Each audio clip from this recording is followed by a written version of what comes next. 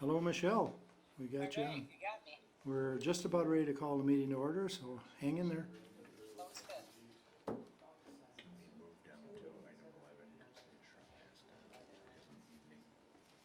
Where do you want to move?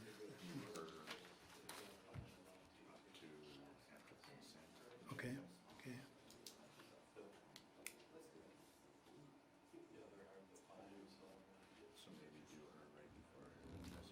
Yep. Yep. Okay. Michelle, I'm gonna move over here by your microphone and put it down by the phone, so when you say something, hopefully it'll pick it up better. Nice, thank you. Turn my mic on, please. It's on. And Alright, it's on green all the time, so be careful. okay, I will. No chance to look at the ceiling, that doesn't sound like very much fun. Yeah, I know, it would the be best- nice if I could see people or something. It's the best we could do. We'll leave her on. Maybe Ross can peek over at once in a while. Yeah, in fact, Probably prop it up on her name thing. yeah, that's what I was just trying to figure Oh, out. there you are. Hi, Ross. Hi. Oh, there you go. You point We're her gonna at do Jim. this, see if that works. What? Whoops, daisy. Well, I need something heavier. Does that front help? Or Oh, I set can it- see Jim. Or set it against the microphone stand. Microphone stand. Yeah, jam it up right there, there we go. And then move that away accordingly. Okay, what can you see there? Jim. Oh, now I can see the ceiling. Okay, That's about as good as it's gonna get. Yeah, you have to look at the ceiling. It's good to Alright. be You don't seen. show up, that's what happens. Well, you got everybody's name tag propping you up so you can see me. Beautiful. Alright, there we go. Oh, there's Now, maybe you should turn What it can you towards see the now? audience. Yeah, but now you can't hear I it. can see Jim, so I gotta, The only thing now, the microphone's my view pointing that I down. normally have. The mic on the phone comes out of the bottom. on the bottom? Bottom. Mhm. Put her upside down. The speaker on the phone, I Can should you- say. Oh, boy. Tip it over. There we go. What do you see There now? we go. Oh, not much. There we go. We can hear you though. That's fine. Do you see anything? No, I think something's blocking. Yeah, I got you upside down. Okay, let's try this. How about that? There we go. Okay. That works well. Can Good. you hear me? Yep, we can hear you. Good. Okay, we're all set. Welcome, everyone. It's 6:30 PM on July 15th. This is a regular meeting of the Arlington City Council. I'm Mayor Rich Nagel. I'll be presiding at the meeting. I'll call the meeting to order, and would you please join me in the Pledge of Allegiance? I pledge allegiance to the flag Of the United States of America and to the republic for which it stands, one nation, under God, indivisible, with liberty and justice for all. All right, we'll have roll call. Councilmember Highland. Here. Councilmember Cowell. Here. Councilmember Hattlestead. Here. Councilmember Yashewski. Here. And Councilmember Batcher. Here. All right, You just wanna read. Ross, do you want Yes. to read that? Oh, and, Councilmember Vetcher is appearing tonight by interactive television, which is allowed under the rules, as long as we can see her and verify that she's the one who's speaking. And, so we have set it up that way. Okay, and her location right now is 11054 Resort Road, Nisswa. She's at a training session, and she will participate in the meeting in that respect then, from long distance. All right, also at the table this evening, on my left, City Administrator Pat Melvin, on my right, City Attorney Ross Arneson. And at this time, are there any changes in the agenda? I would like to move item number 11 from the second page up to right after the consent agenda. There's another commitment the individual has that it needs to be taken care of, so we'll move that up in the agenda.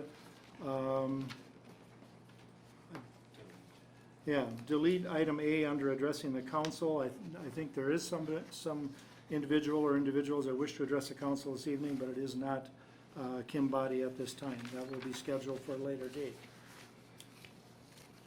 And then also on the table you have item number 12, which would be the bids for the concrete work at the substation northeast of town along Highway 5, and there are 2 bids on that. Should have the information on that. Are there any other changes to the agenda? Additions? Hearing none, motion is in order to approve the agenda. I'll Make a motion to approve the agenda. Second.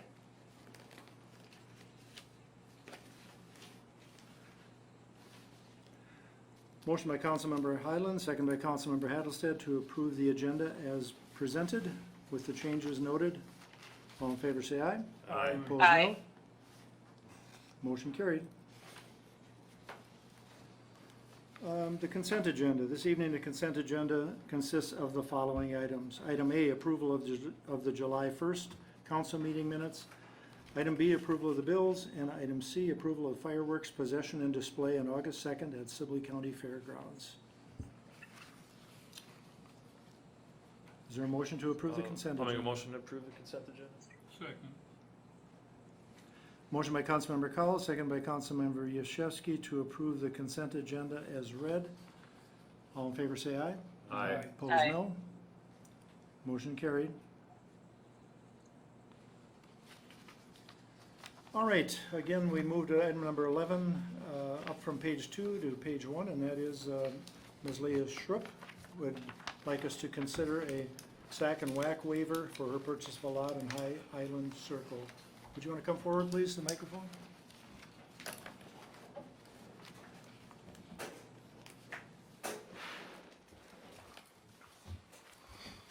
Okay, I was asked to come today just to kind of let you guys know that my house, if I choose to do the modular house, will be over the $195,000 limit. I have a quote from Excelsior Homes, and they are coming in at $237,000. That is without the land. I purchased the land for $25,000. It is being taxed on a value of $31,200, which brings it well over that. I'll just send around a picture too that shows what it will look like in the end. Does the estimate that they furnished include the foundation and Yes. moving and everything complete? Yes, yeah, Okay. that's everything complete Okay. on here. I have one question for Ross. Yes, Is there any provision in that neighborhood? I recollect at some point looking out there at the neighborhood and there being a provision against modular homes. Is there anything like that? I think your properties used to own that or set up that neighborhood, so. I'm not aware of any. A modular home, of course, is different than a mobile home. Correct. Yeah, and, And they've gotten a lot better lately, yeah. right, and I'm not aware that we have restrictions anywhere in town on modular homes, Oh, there is. as long as they meet, well, as long as they meet certain criteria, so, No, the ones over on Frenzel Drive, they have a covenant against allowing modular homes. It needs to be stick-built. oh, okay. I did ask, But Laura. that's the developers. That is the developer. Right, I was talking about the city. Oh, okay, right, city yes, has no, yeah, that is what Laura told me, or I Yeah. did also talk to Cynthia, and she said the same thing. That Mm-hmm. It's not a Okay. city, it's it has to do with the Mm-hmm. owner.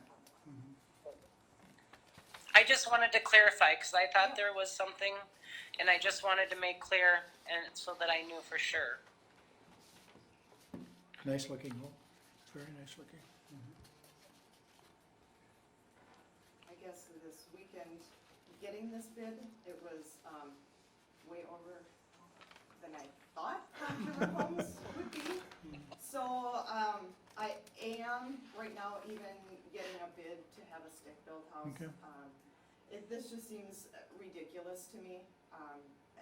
I mean, they're building a house over on Olive Street for way under that, and it's about the same footage as what I'm asking them for, so I'm definitely looking into that after he gave me that on Saturday, so.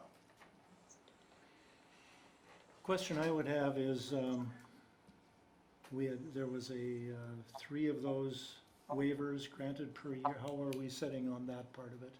The EDA had authorization for 3, and they have issued all 3 of those. All 3 of those. So this is a new one, and at that time, the EDA also kind of transferred decision-making regarding sack and whack waivers to the council. Okay. So what was included in your packet was the sack and whack waiver that the EDA had used in 2019. And basically, all the things that I'm hearing here today are covered. There is one item, number 3, the developer must agree to promptly pay all other fees and charges imposed by the city in conjunction with construction of a dwelling on the vacant lot and shall not otherwise be delinquent on city fees and charges. Other than that, I think that sounds like you meet all the other criteria.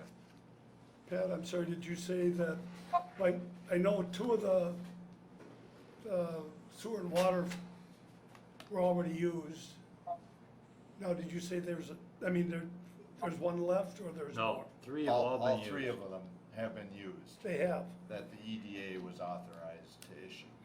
And this is the 4th? This will be the 4th one. Now, are one of those 3 Wayne Quast's house? Correct. I understood that he came in before the first of the year in order to get onto 2018. Yes, lot there were more. 3 were in 2018. Okay. And I believe that Wayne Quast, and then I believe that it was the 2 Cywick homes that were awarded the sack and whack Oh, okay, waiver. so he was in So, 19. All right. 2019 being a new year, making those decisions was transferred to the council on a case-by-case basis. I guess being that I am at the top of my budget, I would use, that extra this price didn't include this front porch on here, and I really think that adds a lot of looks to the house. I would use it to put on that front porch and do some landscaping, to make it look, better. And of course, if you go with a stick-built home, the design could change. Yeah, I would like it to stay Similar? similar, Similar, but it but- may then have the 3rd car garage next to it instead of, on here I have it 40 feet long, the garage, and only 24 feet wide. I think I would go with the 3rd car garage with just a little bit extended in the back. So, but I would still want it to look similar. Any concerns from the council regarding issuing this on a piece of property? You really haven't closed on the property yet, have you? No, Okay. I have the title commitment, we do not have a date set yet, but it has to be before the 7th of August.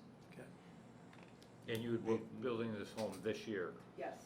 I mean, to me, I don't think that really plays into it. I mean, if she doesn't build it, she does, then she She won't doesn't- get, Then she there's won't no get whack the and money. sack waiver.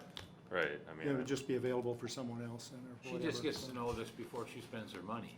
Yeah, okay. Would- Right, I guess for me, the whole reason for this, whack and sack waiver agreement is that we were trying to promote building in town, and this falls right into what we're trying to do, so I'd be in favor, even though she doesn't own the property quite yet. There's a clause for if it doesn't, you don't start building, within 365 days, it's waived. So, I would agree. Would the council like me to basically revise and update the sack and whack waiver agreement, just so that Leah has a understanding of what your expectations are, and are your expectations similar to what previously has been the expectation for individuals who receive the waiver program? Makes sense. I did read Is- it, and it seems to be in line. is that spelled out in here, in the policy, in the agreement? The SAC-WAC waiver agreement that the EDA had, yes, it outlines, it has 8 items that are requested of the individual, but just provides more information. The city will waive no more than 4,825 for the lot. I could simply update that and then provide a copy to Leah and to the council, so that there is something What are you updating? binding. So the SAC WAC waiver agreement that was Yep. included in the, Right. in the packet. What would you change though? I would just update it because in there it makes reference to funds to cover the Oh. connection fees will be paid from EDA EDA Fund funds, 410. Right. So this is what was used in 2019. I would go through and update it. The city council's making the decision, but would have basically the same criteria. You're just gonna remove the EDA part. Correct. Okay, yep. Yep, and update. I agree with that. Okay. So we could make a motion to approve the wax and sack fee with the updates.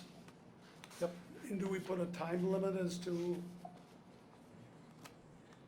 There is a time limit There's in a there time already, limit. is Jim. there a time limit in Built there? into it. Yeah. It's Yes. built into it. So it would end in December 31st of Got it. 2020. I'd make a motion that we, waive the whack and sack fee for Ms. Schrupp on the property that she is looking at buying over on High Island Circle. I'd second that. Is that with corrections, Jim? Yes, with the updates. Thank you. And I'll second the updates. Okay. I drove by, that's a nice lot. It is. Really looking forward to being out there. Okay, motion by Councilmember Highland, second by Councilmember Hattlestead to approve the whack and sack waiver for the, based on the request from Leah Schrupp, and the whack and, or the agreement will be updated to reflect payment by the city rather than the EDA. Further discussion? Just one request, if you decide not to build, I mean, if you let us know. Oh, So, definitely. you know, and not wait the full year. Yep, yep, no, I will definitely let you know that. Yep. And I just wanna let you know I really appreciate it. Mm-hmm. Been Okay. a resident for 40 years and wanna stay. So, Good. Good. Well, I'd like to hear that. Okay. Okay, all in favor say aye. Aye. Opposed, no. Aye. Motion is carried. Thank you very much. Thank you.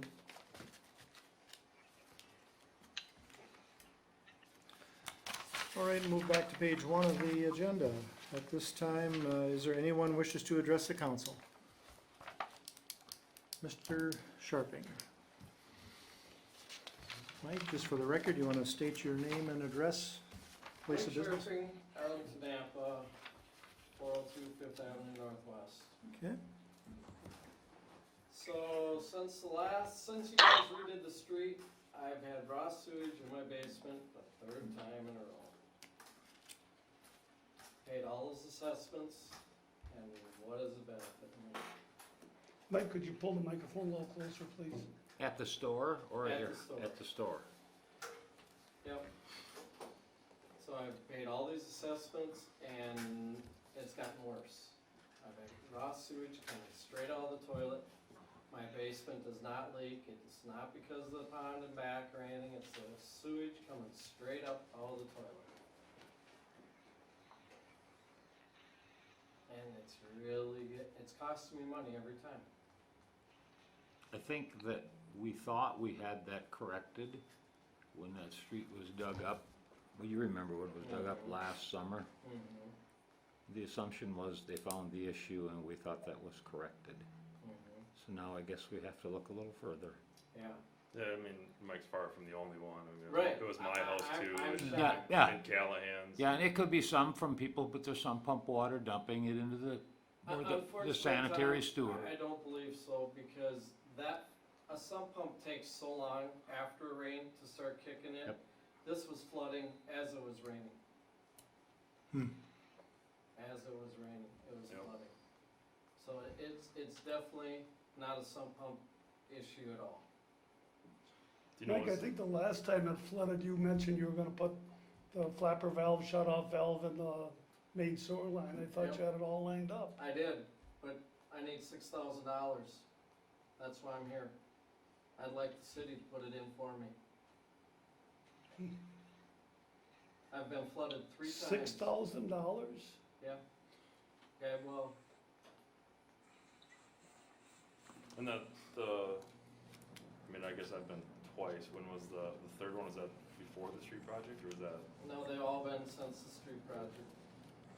Well, we're gonna have to find the problem, because we can't put $6,000 in everybody's house. We gotta find the problem. And whether they have to do more smoke testing or whatever, there's obviously a problem under the street somewhere. Yeah, the bad part is these heavy rains are Well, I know new norm. the once in 100 rains come every month. Or a year, once a year. Was there something going on out at the drains not being closed out at the fairgrounds or something that maybe could have potentially caused some of this as well? No. I'll tell you what happens out at the fairgrounds. Our bathroom on the entrance, they brought me pictures, showing me pictures of water going down our drains in the bathroom. So why that bathroom floods is because the stormwater drain cannot take all the water from the fairgrounds, in turns floods our bathroom. Now, the Fair Board has never come back and complained about pressure washing and cleaning up the bathroom time and time again. Now, if that storm sewer would take it, we wouldn't have a flooded bathroom. The other thing, yes, the one wash rack was missing a 4-inch plug. Somebody took it out. We have no idea who took it out, but it's put back in. But a 4-inch pipe would not cause 10, 12, 13 houses for raw sewage flood. No way.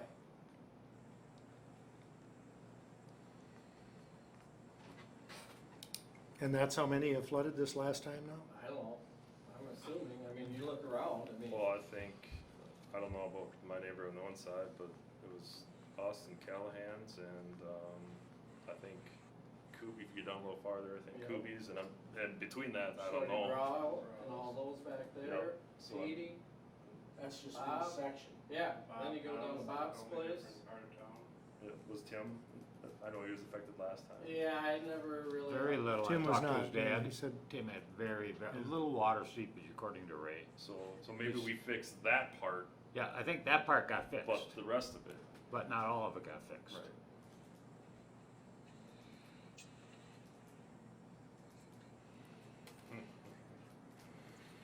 Yeah, I Well- hear you, I'm in the same. And for me to wait for you guys to figure out plan B, I mean, I gotta do something. Every time I'm losing inventory.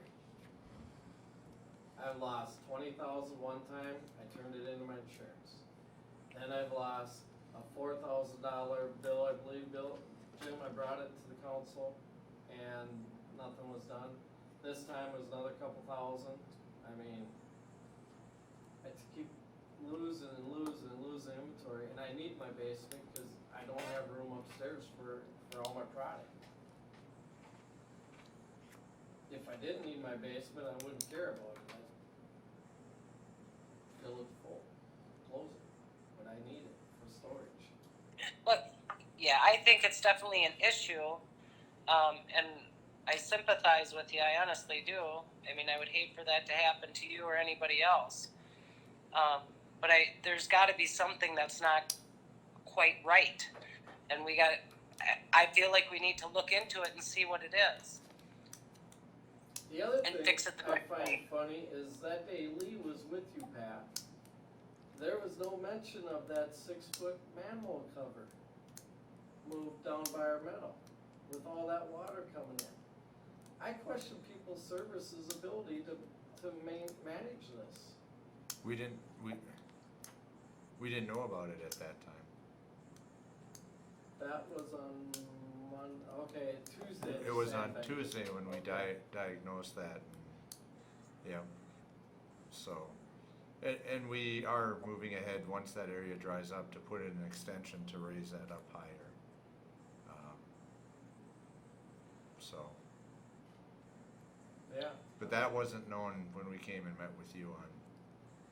that's a lot of On Monday. water when you talk a 6-foot cover. Yep. Right. A lot of water. Where was that manhole at? On Down in our the meadow. northeast side of the cemetery, there's a sanitary manhole cover that when the creek rose, the water came up and went over it.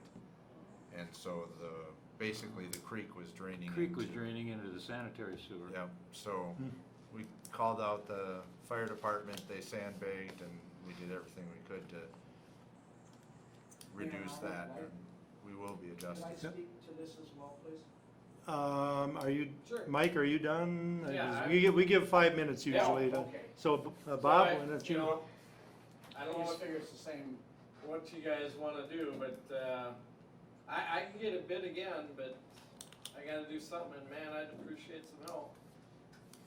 Well, and I'll just let you know, so following the event on Monday is when we sat down with, it was myself, John Pedersen, Kirby, Lee, I think we also had the, Andrew Hayden from the, Emergency Management Director for the county. We sat down and Rich was there and we talked about some of the different issues, and I think so at that time, we talked a little bit about what happened. We're going to be having another meeting, it hasn't been scheduled, but we're talking about Wednesday, getting everybody together to talk about it again. Because of, the obvious concerns that have been relayed to us, but also because it seems like that when we receive such a significant rainfall event, it seems like the streets get flooded pretty quick, and that shouldn't be happening. So we've done a lot of smoke testing, but there's got to be other ways to look further into this and find out why it's getting backed up so fast. So There's a cross connection someplace that's Somewhere, Something's busted or broken. stormwater draining into the, Sanitary. yeah. and we thought we had it. We thought that Yeah. we had repaired the one, but obviously not. So Yeah, no, we're not it's not we're not fixed. stopping. I guarantee it's not fixed. I'm just wondering if People's Service has in their system some resource that they haven't used yet, some expert investigator who can track this kind of thing down? Or if not, if there's some other company out there that, We could bring in to. that look has through some it. expertise that hasn't been used yet. Maybe not, but Yeah. I've reached out to Minnesota Rural Water Association. There's a system out there called MinWarn, which basically is throughout Minnesota, but they work together in times of emergency to provide equipment and resources that are needed. I asked them about assisting us to, identify what the problem or cause of our issues are, and they referred me to who's your city engineer and work with Bolton and Mick to do that. So that's where we're following up with a meeting on Wednesday to try and figure out what more can we do to figure out. We've obviously helped out the west side of 5, but now what do we do to help the other side? Yeah, because all those houses, down that area, more than half of them had sewer issues in their basement. Again, Again. and you're right, And that's all those new all the new lines and everything that's new in there. and, I it's, mean, and like you said, it's frustrating to pay for something, right. and then Pay for the Still whole have project and it's issues. not, Continue to maybe, have problems. we might have other issues. And some of the things that we talked about, because it's not just one thing, it's probably a combination of multiple things, but, one of the things that we talked about is maybe as we're, as how homes are being sold, maybe we get in there and we just look at their, sump pumps. We talked with the Fairgrounds Board, and they're very receptive to going around and just checking to make sure those drains are. But maybe again, there are additional things we can do. I don't think It's- it's a sump pump issue, Pat. It floods immediately. Sump pumps take a while for that to filter down and get going. Yeah. This is immediately, 15 minutes after it starts raining, Yep. it's boiling out of the toilet. But, something like the fairgrounds, that's, in talking with Jason, it's that drain that's between two significant Right, roofs. But you only and have it's- 4 inches. So if they've made these pipes on this project out here, that 4 inches is gonna make or break it, I'm sorry, but the I- city got screwed. Like If I they s- didn't make those pipe big enough, we capped it again, we did not take that cap off. Somebody, some kid or somebody out there took it off. Well, Lee went and bought a cap and put the Yep. cap on Right. there for you. Can they So- lock the cap? Well, Can they physically lock it so nobody No. can take it off? no, and one of the things that we talked about was the possibility of monthly just going around and inspecting. You know, there's two caps that should be on Right. there, and if there was ability to build a little bit of And a I've- buffer around the bathroom so that the water doesn't go in there, but But is that water, is that our problem for that bathroom? The storm sewer can't handle the water. The city storm sewer can't handle it, so the city storm sewer is flooding the Fair Board's bathroom. Do you understand? You don't. I do. Well, I get what you're saying, But but I think, I just, you know, the city's gonna do everything that it can, and I think likewise, the Fair Board should do everything that it can, and working together, we're gonna get this resolved, instead of it, city, it's yours, And you know go what, do it. I really mean, don't care about the Fair Board, I care about I'm here for the store, that's what I'm here Right. for. Yeah. That's Yeah. what I'm here for. We got off topic a little, but Right. I thank you for bringing your concern to the council. And You want, Bob, do you have something? Bob, did you want to address the Yeah, I'd like council? to too, but I don't wanna hear about the fairgrounds, cause I live on the southeast end of town. And I wanna make sure everybody understands, I've owned my house for 30 years. My house hasn't moved. I did tile inside my basement to resolve any seepage issues. I never get any water in my basement, until the last 5 years. And I had to come up the floor drains twice. And you want people to come to town, that's a problem. I call the city, they tell me to call people service. I call people service, they tell me to call the city. Somebody's gotta be responsible. This is a problem that hasn't always been here. And if you're getting engineers that aren't doing the right jobs, you need to ask questions or change engineers. 'Cause I never had water in the last 5 years, and you go through that once or twice, and you never want to do it again. And then, this kind of really upset me when I seen the city, well, we're gonna have dumpsters here by the 10th. Wet basements, you can't wait 5 days to get all that shit thrown away. You gotta do it right away. Right? Have any of you dealt with a wet basement? Well, you have, right? You can't wait 5 days to take that crap and throw it away somewhere. It's terrible. Somebody's gotta be responsible and step up. And I understand things happen. 30 years, no water for 25, all of a sudden I've had water not seep in my house, come up the city sewer, floor drains in my house. And at least I would like an answer as to why or what's going on.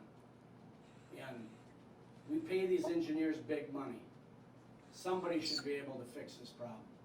This has nothing to do with the fairgrounds. This is a problem that never was until 5 years ago. And now it's happened twice. And if you guys know anything about insurance, that's not a real fun deal in 5 years' time either. Because usually water in the basement is done once in 5 years.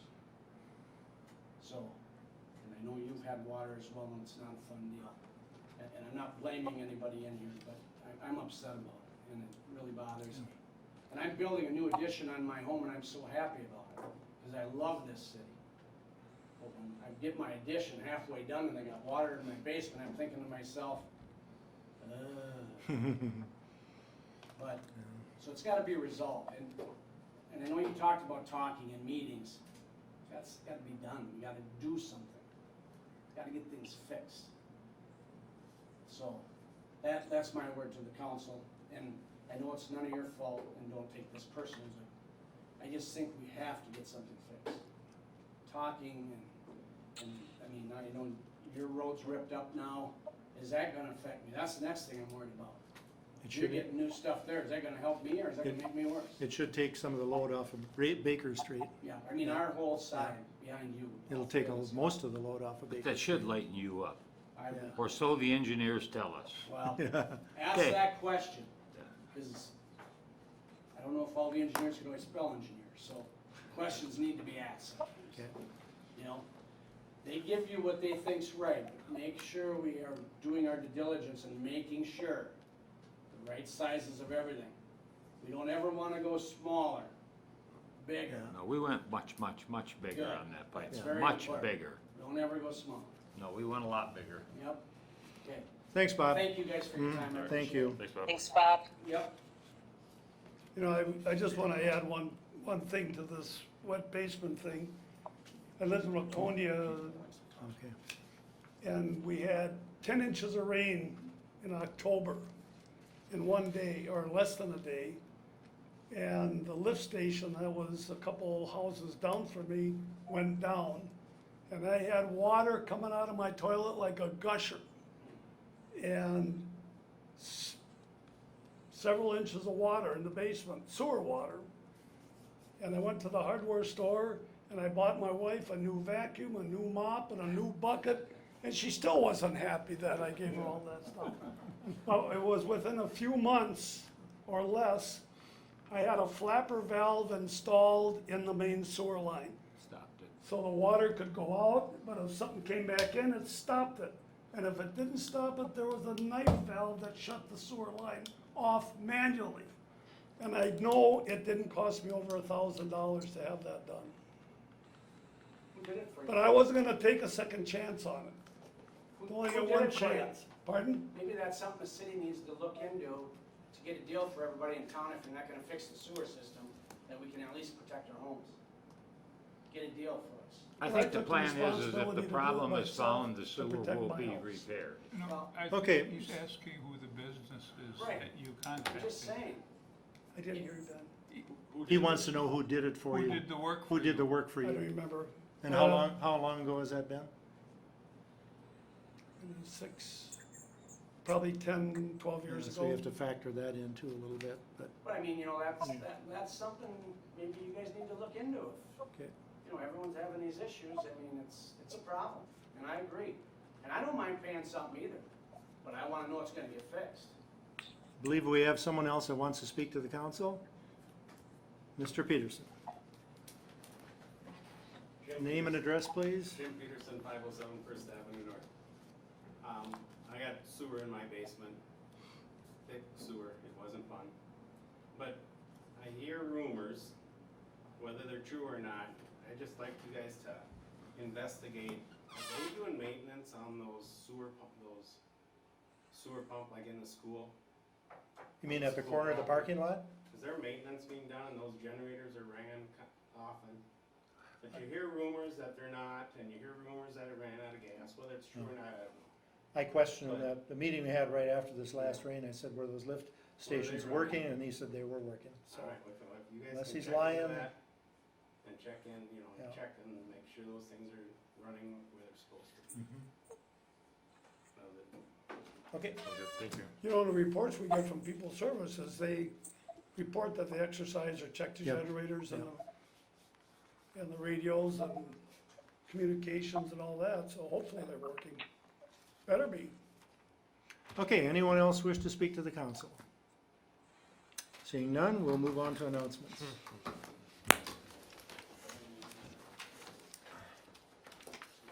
First item that we have under announcements is the Arlington Summer Reading Program, which is continuing, looking ahead. What they have scheduled is on Thursday, July 17th at 10 a.m. story time with Miss Kreft. Looking forward to the 23rd. They have a book club that meets at the library at 10 a.m. and a Sibley County book club that meets on the 24th at 8:30 a.m. So those are kind of the tail end of the universe of stories that are occurring at the Arlington Library. The next item is the Arlington Farmers Market.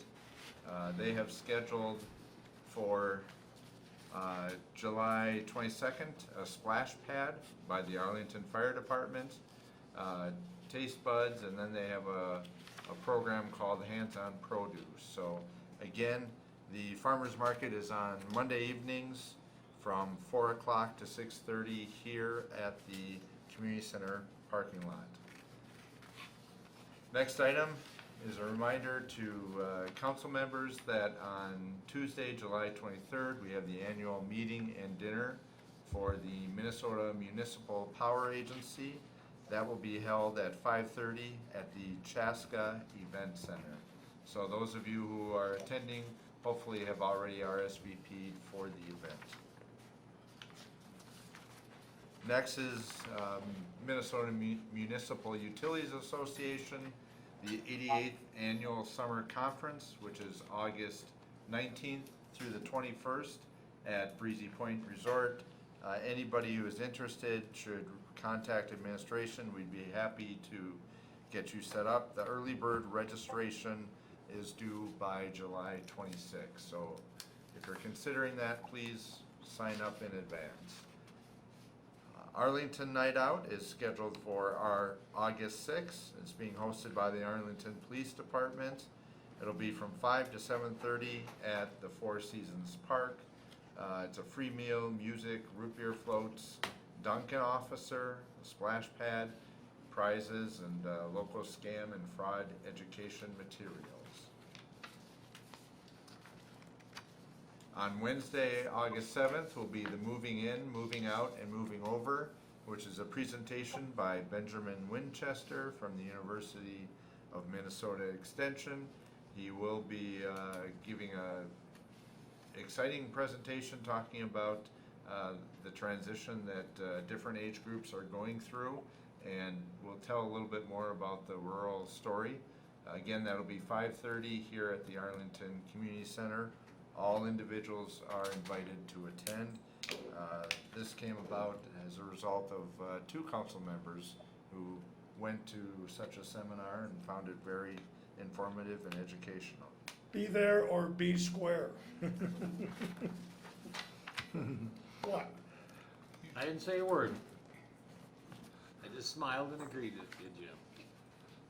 Next, we have the Leading Sibley Together program. So if you know of anybody who'd be interested in attending a great leadership program, the 2019-20 session will be starting up shortly. Please submit applications. From the city's perspective, we do have an individual possibly from the police department who will be participating. So if you know of anyone else or you yourself are interested, please let us know. That's Okay. it for announcements. Any questions on the announcements? Hearing none, we will move on to communications. Presentation. At this moment, if we want, Tom, would you please step forward and Thank you, Mr. Mayor and Thanks for Councilman, for giving us a few minutes here. I'll be brief. We promote communities, regions, cities, on a number of different platforms. One of them is the Great River Road. We promote this to the tour motor coach industry. And just for a reference, is substantially higher than what these are because we have a database of 5,000 tour motor coach companies, largest database of anyone in the entire country. And that's the Great River Road. We cover Minnesota, Wisconsin, Iowa, Illinois. Currently, we just finished Bellevue, Iowa, with a guide that was similar to Henderson. I believe Amy Newsom saw the Henderson guide and said, why wouldn't we want to do that for all of Sibley County? So we've been working with Sibley County in numerous areas for the last week and a half, 2 weeks. And I'll tell you, Henderson went extremely well. Almost 100% of the Chamber of Commerce members participated, and we delivered 4,000 of these to Henderson last week. The proposal for Sibley County is for 10,000, hoping to have a larger number of participants. I've been in Arlington all day, and I was quite surprised that most of the reception I get is from the commercial businesses, the concrete layer, the cement, the welding organization. But Main Street is very challenging. I also understand that the newspaper is currently having a guide. I think that guide is like 2,000. Our proposal is for 10,000. And the people, of course, who really like this is people like these real estate people. They can send a Sibley County guide to prospective people who want to come into the area, and it's very useful for them. And numerous other. It's a high quality, very, very professional. Paul would be here, except he's back in the office contacting all the people that we've been talking to over the last 2 weeks, is getting in touch with them. And hopefully by the late summer, we will be complete with this guide for Sibley County. Although it's a little more challenging on Main Street. Henderson is a vibrant community. I'm sure you're all aware of that. So it was based on that we were extremely optimistic we could get this done in a shorter period of time. But it's a little more challenging, although by the commercial industries are stepping up pretty well for this. And so hopefully by the end of the fall, Mike, we'll have this done. And Amy's been very helpful getting the word out to chamber members and other people in the community. Any questions from you folks? I'd be happy to. So you're visiting every community in Sibley County? Yes. Okay. Yeah. Each community will be represented by a number of pages depending on, I'm going to be in Des Moines or Dubuque all next week, and Paul's going to be here because we're working on the Great River Road. So we're doing this in a number of areas, and it's been very successful because before this, there haven't been any cohesive product to showcase your communities, and it's very important for all the merchants to understand that yes, you can market to all the local community members, but a lot of business comes from outside the community. I personally pass by 10 different automotive service stations, repair shops, to get my car serviced in another city because I trust those people, I have faith in them, and all my families get their cars. So it's not, the guy down the street probably does a great job. The reality is people travel to find good service, good quality products, and I think that's something that we can bring together for the Sibley community. So that's funded by businesses? Pardon? I mean, the businesses pay for that? Yeah, it's all supported by business. Well, unless, of course, the city put an ad in there for their parks or Right, something but like that's- that. yeah. But otherwise, it's business advertising, yeah. Yeah, and almost every business is represented, and a lot of the city businesses, parks, recs. This one has a lot of information about all the local services in Henderson. That's the idea, to have a cohesive product that gets the message out to everyone. So- Anything? Is there a fee for the cities to be involved in it, or? If I sent you a bill for $5,000, could I expect payment on it? No, Oh, okay, well, I guess there isn't then. Tom, what do cities usually put in there? Do they put a trail map? Do Well, they advertise events? Do they? Somebody has to pay for Does that. Police plan of the department? city, Okay.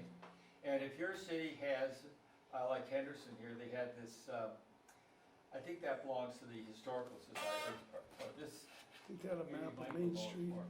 Well, Paul was instrumental in doing most, well, here's the Sibley County Historical Society. I think actually that ad is going to go into the Sibley County guide Those also. are, yeah. And I'm not quite sure who paid for that, but, Historical Society paid for it, did they? because I wrote the check. Yeah, oh, did you? Yeah. Yeah. And I know these people at the real estate company love it because obviously it's very affordable. I think the full page are $350. A full page in this one is $1,500. We sell a lot of those $1,500, but then we're reaching a demographic for tourism. I did the Minnesota River Valley. I finished that up a month ago. And Minnesota River Valley obviously does a lot of tourism for motor coach business, as does the St. Croix River Valley, the Minnesota Great River Road. And Henderson does a pretty good job of bringing tours in there. Now, this book is about 31, 32 pages. What do you envision the Well, Sibley County book as being? If we could anticipate 3 or 4, 5 pages from each community, with 35 pages. Okay, so a little 35 bigger. to 40 Yeah. pages. Okay, All right, gentlemen? very good. Thank Very you. good. Thank you. Very much. Thank you. June building report.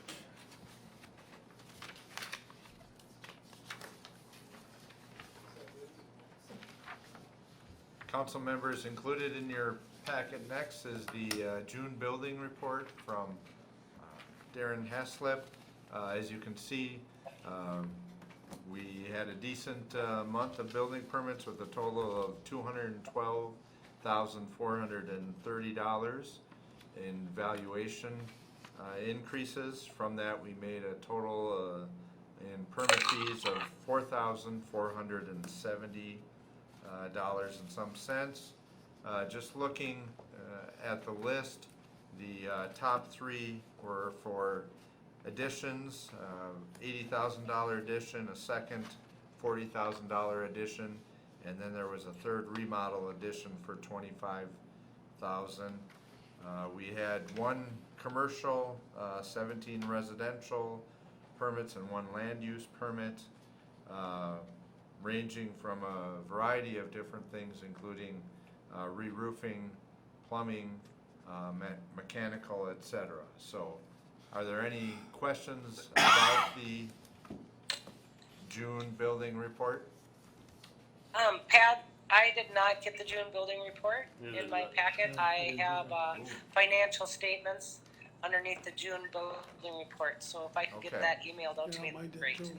Okay, oversight on our part. My apologies. We'll get this out to you right away then. That's probably the longest building report that I've seen for quite a number of years. That's good. Nice. It's a good thing.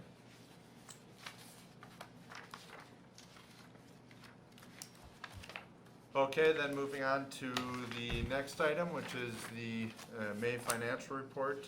Apologize, I know we're lagging a little bit behind, but we'll continue to have another one coming up at the next council meeting. Looking at overall spending, based on where we are at the end of May, we should be at or below 42% for our expenses. Going through the list, I'll hit on the highlights. Buildings and plant light item is higher than what it would typically be because we spent some money and replaced the museum door, which was getting pretty bad and gave a bad first appearance. So we replaced that with an expensive door, but that should last for a significant while now. As we're going down, we've got public works and streets. There again, we're still dealing with significantly higher than expected snow removal costs. Also for street lighting, our utilities have been a little bit higher than what we anticipated. So we're supposed to be at about 42%, we're just at 43% for our street lighting. Then, as we go down further, looking at economic development, there we have slightly higher than expected, and that is because we have paid some 2018 bills out of the 2019 budget. That'll get corrected at year end, so actually our economic development costs would be lower than what we have anticipated. Lastly, in that same area, we had miscellaneous costs. That is the cost of doing noise testing for Northland Drive, so.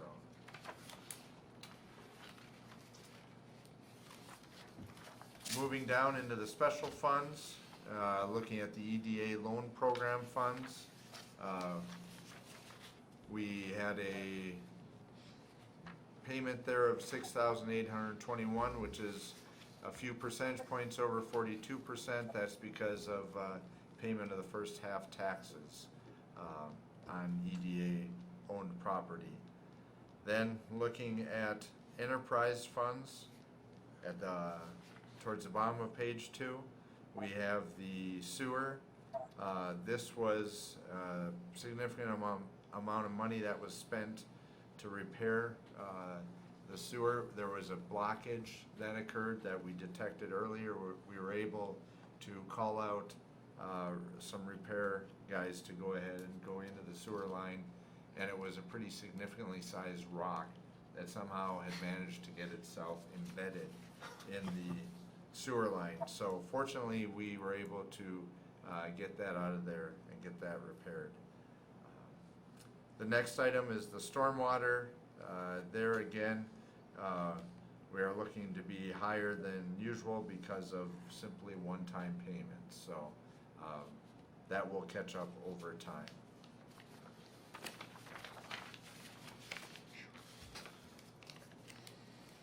Moving on to construction funds, we are working right now to resolve out our 2017 construction fund account. The only thing that we do have outstanding, and we have been able to make contact with some of the individuals from CHARD, we do have to have some turf issues and also some caulking at the fire department. That will be necessary before we can close that out. So.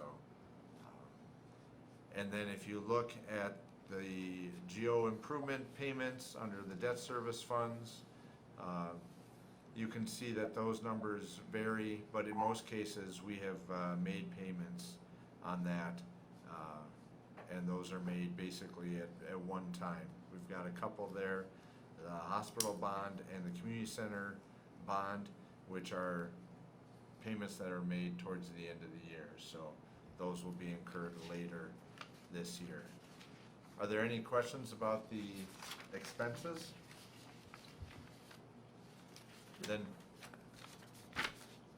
we'll quickly move over to the revenues. Again, revenues should be at or above 42%. Looking at our license and our permits, we're at 26% for the year. Again, your prime time for construction is right now, so as Mayor Nagel noted, construction is picking up and hopefully will go strong throughout the summer months here. Looking at our special funds, our fire department, our ambulance, and our community center, we have not transferred money from the general fund, but that is something that we will be doing in the near future, transferring funds over to cover those accounts.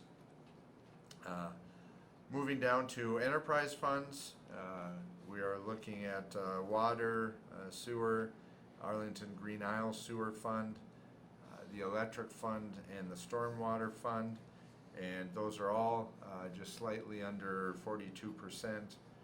So we're going to continue to monitor those and see where it goes. With our sewer fund, we've been significantly lower than expected there because of special assessments, and the sales have been lower than anticipated for the year. But the others are pretty close to where they should be with a little variation. Isn't there some discussion going on about the AGI sewer fund and maybe making an adjustment in that? Correct, correct. We are in the process of getting a meter repaired, and I believe it should have happened by now, that has been repaired so that we can better monitor the water that is coming from Green Isle. At that point, we'll sit down and have a meeting with staff to see where we stand. What we're currently doing is we're billing based on the water meter, but not on the actual amount that's coming from Green Isle. So, yes. But we just know from our own sewer and water reports that we get we get back double the What we sewer give water from the fresh water we give out. I mean, it's, And it would be no different than with Green Isle. I don't think so. Yeah, I well, I think think when it would that be- pump starts running, we'll probably be surprised what's coming. Oh, Or we won't be surprised because it's No. much more than what we were probably charging for. yeah. So then moving on to page 2 of that, the EDA fund, There's some interest earnings that they have received. We had not budgeted anything, but we do have $101 that have come into that account. Looking at our construction funds, we have the 2017 construction fund, which special assessments have been paid early on that, and we are working on getting a 2019 construction fund set up for the project that we're currently working on. As you take a look at your debt service funds, they're all very low because we have not transferred any money at this point. For the majority of them, that does occur towards year end. So, any questions on the revenue side of things? Then looking at the last page, this has your investments, certificates of deposit.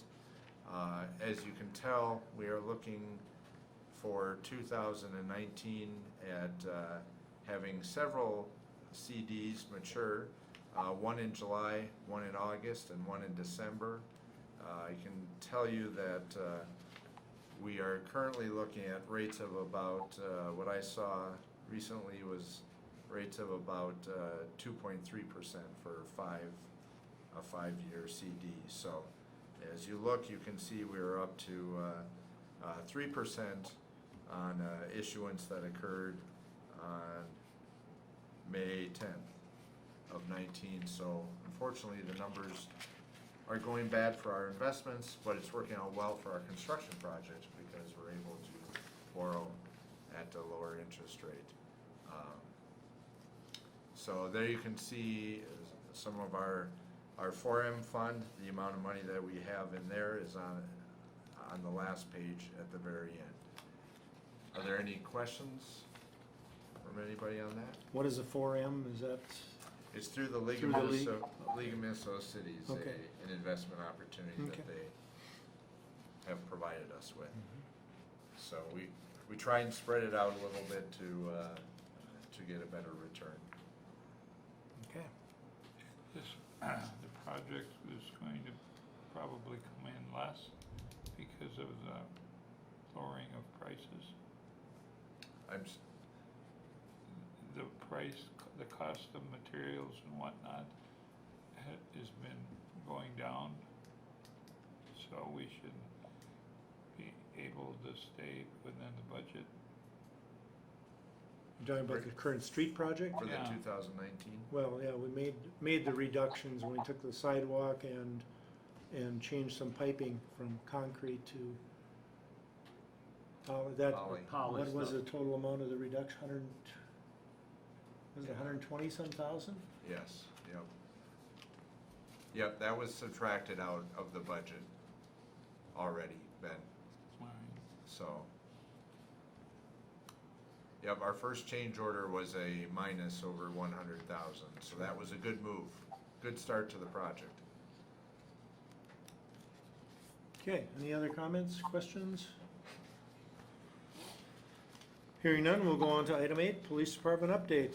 Chief Peterson. We had Pedersen sitting next to you and with a D, and now we get the Pedersen with a T, with 2 T's. Good evening. Good evening. Good evening. That's better? Yep. So I think everybody got the updates sent out for our June statistics. Again, Vicki does a fine job with all of that. June of 2019, we had 395 calls, an average of 13 a day. Last year, 2018, we had 332. So we are up again. Actually, that number was a little bit low because we were spending a little bit of time putting up our new surveillance equipment and making some computer changes down at the office for our networking that's tied into that computer surveillance stuff. Pat, I had sent some photos of some of that as well. If you all got it, it doesn't need to be broadcast up there, but Yeah, we got them in the packet. I'm very pleased with the Cable Commission and coordination from Tom to get that money and make it available, and we're looking at furthering that money and getting some additional cameras for up here at the community center as well. So we thought there might be an Amazon Prime Day benefit today. Not so much. Yeah, today and So tomorrow. Yeah. I think we'll probably end up ordering those from the company itself, which is Lorex. So just to kind of touch that. Year to date, I guess back to the statistics, we were at 1,334 calls for 2018, and for 2019 we're at 1,995. So I think those were pretty self-explanatory unless anybody had any calls or cares or concerns. Just to toot Cash, our canine, his nose ended up getting us a conviction through Civic County Courthouse with a jury trial this last week. So that was a win for the dog and the police department, so that was kind of fun. Arlington Night Out. I just wanted to touch base on that as well. Police department has a huge, I guess, involvement with it, but not to say that the fire department and the ambulance, they're going to be contributing as well and have been doing some things for us behind the scenes too. So I just wanted to throw out a little kudos to them. During the Arlington Night Out, we're going to be doing a scam education with the county, and we're going to start that out at the fairgrounds. So the county is going to be sponsoring a scam education, and I'm going to tag along, so that on the night of Arlington Night Out, we're going to do about a 15-20 minute presentation on scams and kind of the trends that we're seeing in the area as well. So just to mention that, it is on the flyer that we've been handing out. I did a round last week and got a bunch of them out to the downtown areas, and each of the officers have been kind of stopping in different locations as well. And so I think we're pretty well publicized for that now. Some things that we have coming up in August. Reminder again, we've got the hands-free law is going to be going into effect.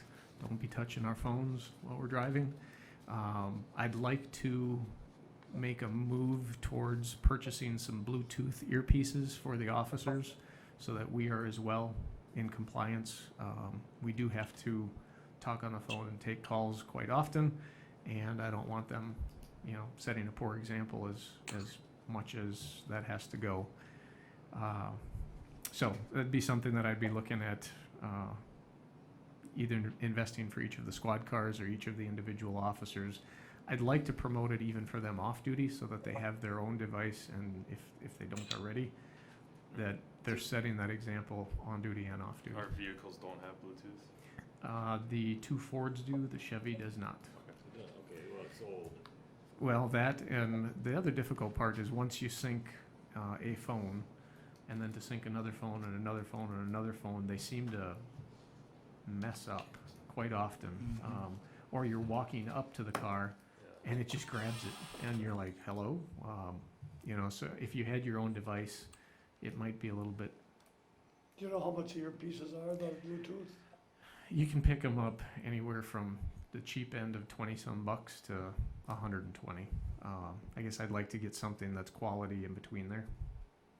So if we'll look into it a little bit and see. I know in our budget line, we do have some room for some computer equipment yet. And in looking at the budget for June 30th close-in, we are in a very good position with our yearly budget as of now. So keeping that in mind, then we did spend a little bit of money. Heard you mention the museum door got replaced. Was that the front door? Mm-hmm. So if you know or not, the police department still utilizes that rear garage. The garage door openers on there, we have coded into our automatic button, and if we have a vehicle that we need to forfeit or seize, or if we need to take it and store it someplace inside for a few weeks, this is a location that we've been using. We'd like to continue doing that, but in the process of ups and downs and wind and everything else and just age, the rollers on those doors were shot and the seals on it were as well.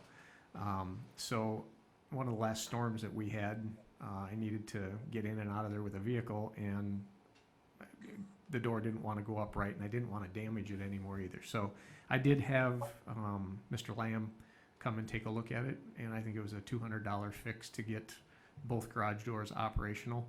He did provide a quote for Hagemiller's lumber for $631 to put a new walk-in door on that back garage as well. It's pretty well shot. Any mice, critters can get in through the bottom of the door. It's rotten. The jamb on it has been kicked out and everything. So I didn't know, I was gonna give this to Kirby. I figured it might be more appropriate to let him kind of deal with that, but just to draw attention, if the museum has got a bad front door, the back one is just as bad, if not worse. I've noticed by driving through the alley a few times there, the back part of that building is not maintained real well. Yeah. Of the, you know, doors being one of the Yeah. items, yeah. Larry ended up putting some angle iron across the tops where the garage door opener is attached to the door. And in doing that, it'll help keep it from flexing. They're only single stall doors, so he said the wind most likely wouldn't jar them, but the repetition of pulling on the opener is definitely going to flex them, and it causes issues with the rollers and everything else. So he's kind of an expert in that, I think. So for the price, it was reasonable to get that part taken care of right away. So I will either give this to Pat or to Kirby as far as that door, and unless you want me to take care of it, I guess we can have further discussion about it as well. Our BCA training reimbursement funds are going to be, the requirement to have those done and turned in is the end of this month, and Vicki and I will get that taken care of. I don't think we're going to be able to claim Bailey as a new officer, so it'll be 3 full-time officers, training reimbursement. And the exact dollar amounts off the top of my head, I don't know what that's going to be, but it's a pretty substantial check that we get back. So looking forward to that as well. The 2 storms that we had just recently that were fairly substantial, I had gotten some feedback. Why didn't we push the button and notify, for a tornado warning? On the first one, we didn't have any tornado warning that was even in effect. We did have the spotters out. So I just wanted to share with the general public that, we have been in communication with all of the EMS folks when there is a storm approaching. With Sibley County, I call up usually the fire department, ask John, what his take on it is, and bounce it off of Tim Hagemiller too with our emergency management. So when we make a decision to push the button, typically, unless it's a quick thing and it has to be done and I call it or the sheriff's department calls it, we are collaborating and trying to, we don't want to abuse the system, but yet we want to keep the community safe. So, excuse me. So we have had spotters out on both of these occasions, and we'll continue to monitor any of these storms that do come up as best we can. So the night that Chef Craig's roof went down, we had all the spotters out too, and they got brought in because electrical lines down and potential for fire on that building. So we lost our spotters at that particular night. I don't know if we would have been able to sound the alarms any sooner for the straight line winds that came through, but it is what it is. So just wanted to let everybody know we are keeping all of that in mind and trying to manage it as well. One other thing that came up, on Saturday morning I was working and I had a little kid come flying around the corner with his even smaller sister following him on bikes. And it was down on first they were on 3rd, and they came down and they went down Baker, and boy, they didn't miss a beat making the corner and turning, and then circling the block on their bicycles. And no attention to any traffic or anything. And it just reminded me of conversation that we had mentioned about putting stop signs up at those intersections. And I was curious if that's something that, do we need to have a council approval for, or is it something that can just be done at least to minimize traffic? Have a yield or a stop sign, I would suggest, on 2nd Avenue and 3rd Avenue, north and south at each of those Baker or Adams, Baker, and Clinton intersections. It was just something that, I ended up following those kids and going and talking to their parents. It's great to have a small community and be able to have kids do that safely, but yet that could have been a terrible accident as well. I think if we could encourage a right-of-way one direction, it would be helpful. So. Well, I know there's the intersections on Clinton, there are some that aren't controlled at all. So Yes. I think it's vital we get something there. Yeah, and that's, I think it's the Second and Third Avenues of each of those streets that Yes. are, Yes, that's what it would be, second and third. yeah. Baker either has, one of them has stop signs. I'd have to check think which maybe ones, it's but Baker. whichever ones don't, Yeah, I'd certainly Yeah. like to be able to get yeah, something that restricts or slows down one direction at a minimum. great. And if that's, again, something that we can just have streets do, or, Do we need to have a committee meeting or that, or can we just have Kirby We can order? just have Why can't we just Kirby. get Just do it. Kirby order some Yep, no, I agree. and Yep. get them up? Because that would be the recommendation from the street department anyway. Sure, We sure. can do it tonight. Yeah. Yeah. super, Get the word out to Yeah. Kirby, yeah. that's all I have. Have a list of which streets need the stop signs or yield signs and Right, and which way you think they should be. Yeah. I mean, Yeah. whatever side of the street, or whichever way direction. Yeah. You're probably a We could little better certainly- qualified than we are, maybe. Well, we see the traffic going at least, and maybe if we did one north-south on Second, and if we did east-west on Third, then it would slow down traffic slow it for down each some. of, each of them. Or make them look a little better. Yeah, you Yeah. wouldn't have to stop twice, though. Yeah, Right. it's not every block you're stopping at, you're sharing the stops. Yep. Right. Yeah. With the packets, there was ordinances payable. Oh, yes, thank you. Would you please expound on that? So, once we had gotten all of the codes entered in, there was some discussion about whether the fees that go with some of those code violations needed to be brought into our pay schedule for the city. And through some discussion with Ross and the courthouse, those are fines that just go into effect. So they're part of the state fee schedule, and there are not anything that the council needs to address or approve or anything along those lines. So I wanted to provide a copy of those so that the city people that would have somebody maybe bringing in an administrative ticket, they could just look at this and they would know what the fine or what the fee is going to be. Mhm. But for the most part, these tickets will be taken care of up at the courthouse. So, So if someone gets a ticket for one of the infractions, what's the follow-up as far as making sure they get, or that they pay their fine? Is that it gets turned over to the court? to collect? no. Well, it could be. Okay, So it's twofold. Number one, we keep a log of the tickets that we've written for nuisance law and ordinance violations. If they choose to go in and pay those right away, that'll be a $35 fine for the first offense, and they come up, pay it up here at City Hall. If they neglect to make that payment, then we could turn around and we could issue another citation and issue it through Ross. And then that would then become a court situation. And then if they fail to take care of it at that point, then it's gonna go to a warrant. Okay. And then So- it would be a more severe penalty that would be enhanced through the courthouse. okay. So, and we do follow up on even our parking tickets. We're sending letters out to people that aren't paying them. If we notice that it's been 2 months, we're pretty lenient with how long it sometimes takes. But if they haven't taken care of it within, 2 or 3 months, letters are going out and reminding them with another copy of it. Some people say they've never received it, it blew off in the wind, we get all kinds of excuses. But if it's that first time offense type thing, we're willing to work with them. Okay, and then what happens at the end of the 2 and 3 months if they still refuse to pay? the Then fine? we're then gonna it be goes the sending other- them, through Okay. the court system, Okay, so, okay. Thank you for that explanation. thank you for bringing that up, I forgot all about that one. Any further questions for I have one. Chief?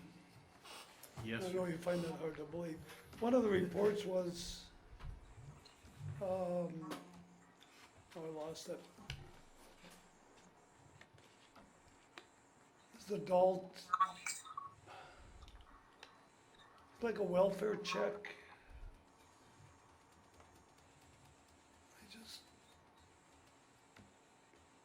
I was just kind of curious what, trying to find it. Of course, when you want to find it, you can't. Welfare check, it's on the last page. Adult protection? Would that be? do you know any more details about where it was at? I'm sorry? Do you know any more details about where it was at? I have an idea of what you're talking about. Chestnut, right? Could it be just if you get a call that somebody you know, somebody's concerned about a relative or friend that doesn't answer their phone, Sure. and then would that be considered a? It could be along those lines. There was a case, and I've heard some other citizens talking about why the police department was down at the hotel on a weekend. Are you? Me with the ambulance? I Yes. saw it, now it's just kinda, Yeah. okay, here it is, welfare check, 500 block, Second Avenue Northwest, What's the date on that one? Just so I, 15th of June. That would be about the address.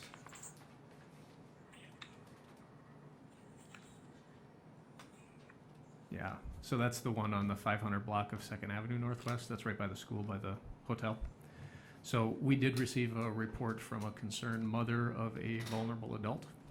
Okay. She had left her home in St. Peter, so she is a very high-functioning individual that lives by herself, but in a home similar to Highland. And by her own doing, she can come and go as she pleases. And the staff at the facility, they just have to report to their guardians where they're at, or if they did leave without permission. So that was reported to Mom, and Mom called us and asked if we could try and locate that individual. Apparently she was wearing a watch that had a GPS system on it that Mom could Okay. monitor. So if there's any more details, I could certainly share some of that with you. Well, But it's we just one of conducted an those things that- investigation and kind of drew a lot of attention to the area. Yes. She was located and she was okay, by the way. She what? She was located and she was okay. Okay, good, Yep. good. Any other questions for Chief? All right, thank you very much.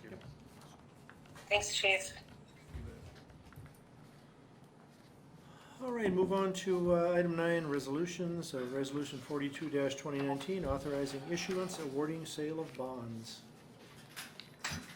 We'll invite Shannon up to the podium. No May take- rush, Shannon, take your time.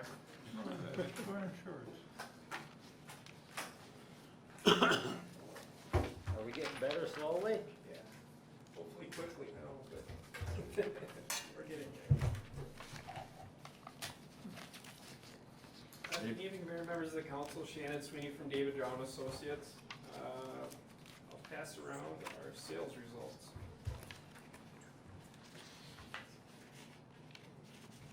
Thank you. Is that something that we could have scanned in and emailed out, please? Sure. Thank you. We took bids this morning at, well, actually at 12 noon, high noon today. The council set about in motion, probably about a month and a half ago now, the process for issuing bonds for the 2019 improvement project. We were borrowing $2,995,000 to fund the 2019 improvements.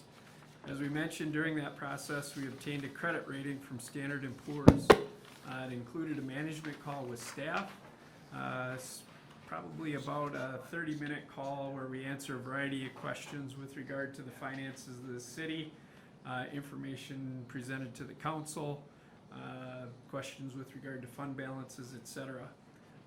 The result of the credit rating process was they reaffirmed our AA- stable credit rating. Stable means stable outlook, so they don't anticipate any change. So it was a good result through that process. We had established a sale date of today. We created an official statement, which is a document that describes the city and its ability to repay the debt in detail. That was distributed to underwriters.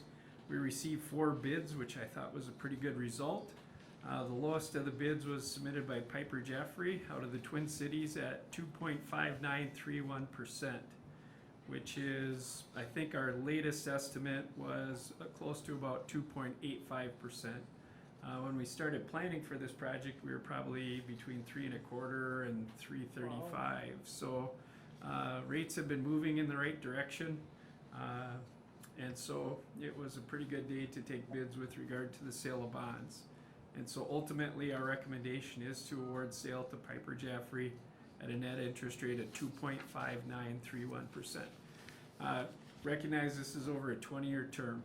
It's not often we can borrow money over 20 years at 2.6% roughly, so. Pretty good deal. For doing a large project, I think we're doing it at the right time, at least from a financing perspective. So more than happy to answer questions. There's a resolution in your packet, which provides for that award to Piper Jaffrey. So, I just thank have you. one quick question. Sure. In the past, how have we took all these loans out pretty much to term? Yes, most of them we do. We do get some prepaid special assessments on occasion, and we take that money and we pay off debt. But ultimately, most of these projects go to term. So Shannon, do you have any idea how much money we're saving with that drop in interest? It was about 17,000 over our last projection. Okay. Well, that's something. Yes. And over our original projection, it's quite a bit more. I mean, ultimately, we don't necessarily look at it at savings, because if we looked at it at savings, then we'd start telling you we could time the market. We don't time the market, so we're just. Well, that's not what I meant. I understand, Yes, but yes. it does produce a difference. The bid was made with premium, meaning they're giving us a little bit more money than what we were asking for. It's underwriters earn their compensation in a number of ways. In this instance, we're accepting a little bit of additional proceeds, which offsets a little bit that we would have saved if we were to reduce the amount of the bond sale. But at the end of the day, we're about $17,000 better, and we're receiving a little bit of additional money, so. Okay. For some reason, I don't have a copy of this resolution, but I just failed to print it out, I think, at home. It is Resolution 42-2019, authorizing issuance, awarding the sale of bonds. Are there any further questions? Would someone like to introduce the resolution, please? I'll introduce resolution 42, 2019, authorizing issuance, awarding sale of bonds. Would it be for the 2019 street project? Second. Okay. Resolution 42-2019, introduced by Councilmember Highland, second by Councilmember Batcher. And that, wow. And that is a resolution authorizing issuance, awarding sale, prescribing the form and details, and providing for the payment of $2,995,000 general obligation bonds, Series 2019A. Is there any further discussion? Just we had to add the company we're using? Or? No. No, sounds good. It's incorporated as an appendix. Okay, any further questions? Hearing none, vote by roll call. Councilmember Yashewski. Yes. Councilmember Hattlestead. Yes. Councilmember Highland. Yes. Councilmember Batcher. Yes. Councilmember Cowell. Yes. 5 voting in favor, none opposed. The resolution is adopted. Thank you. Thank you. Thanks much, Shannon. Thanks, Shannon. I believe I had some extra copies for the newspaper as well, so. Yep, they, Good job on the cheap money. Thanks. You can pull that off every time, right? I wish. we'll keep you around a little longer, Shannon. Okay, thank you. Thank you.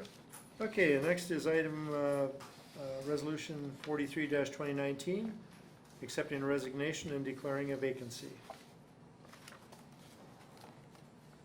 Do you want to take this, Jim? Do you? Go ahead. Council members, we unfortunately have a member of the council who will not be with us much longer on the council. Hopefully he'll be I'm with glad us you a lot clarified. longer. Oh my gosh, that sounded horrible. You know something I don't? Won't be with us on the council much longer, but I believe that you have seen a copy of Jim's letter to the council indicating that his reason for having to leave office, and so on behalf of the council and behalf of the city, I want to say thank you, Jim, for all your work and effort. I know that you were instrumental in helping us to move some lots in Arlington and have done a number of different things to help keep the council on task and moving forward. One of the things that we need to address is how we're going to deal without Jim going forward. So I'll just open it up to the council to have further discussion, and Ross, any suggestions that you have? Before you do that, Pat, could I just read my letter that Please do. I said it may clear up some things or create more questions. Letter dated July 3rd. Dear Mr. Mayor, after a brief discussion on Monday night, I just want to confirm our decision. I did mention to you that we did buy a house in Bloomington, and it's been a very difficult process.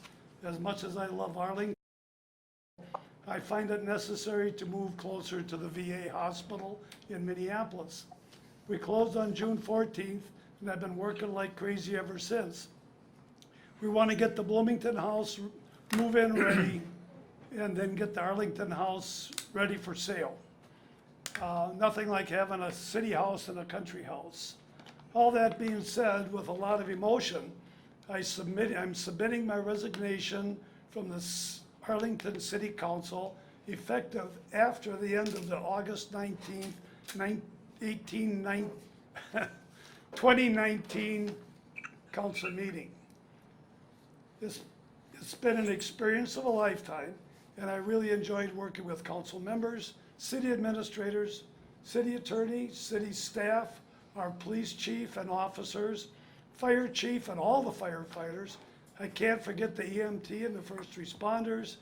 The city maintenance has come a long way, and we're very fortunate to have them.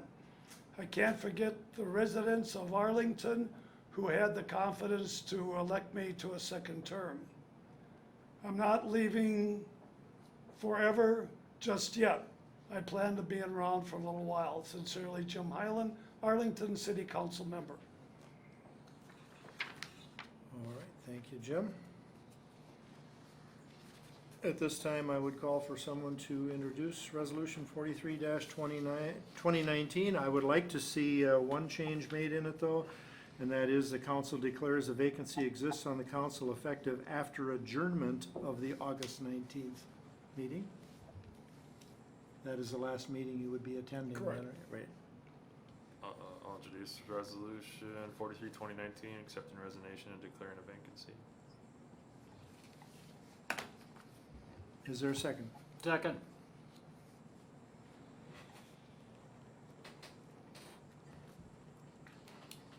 And you're okay with that Yeah. change I mentioned, just for clarity there? Okay, Resolution 43-2019, introduced by Councilmember Cowell, second by Councilmember Hattlestead, and it is a resolution accepting resignation and declaring a vacancy. The council declares a vacancy exists effective after adjournment of the August 19th, 2019 council meeting. Any further discussion? I would like to say, Jim, I've appreciated you on the council, and sad to hear that you're resigning. However, I do realize the struggle you've been going through, and this is the right move for you. So, just really wanted to say that I appreciate. Never knew what was going to come out of your mouth. Thanks for that comment. Yeah. Any other comments?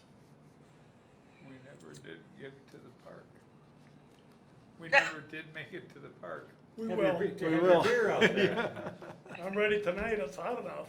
The water slide would be nice. Or water park. Water park would have Water been, park. would have been a lot less quieter than what's out there now.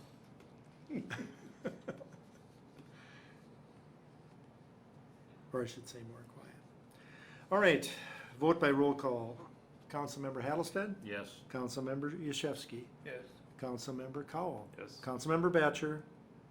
Yes. Councilmember Highland? No, oh, yes.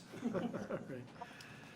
5 voting in favor, none opposed. Resolution is unanimously adopted.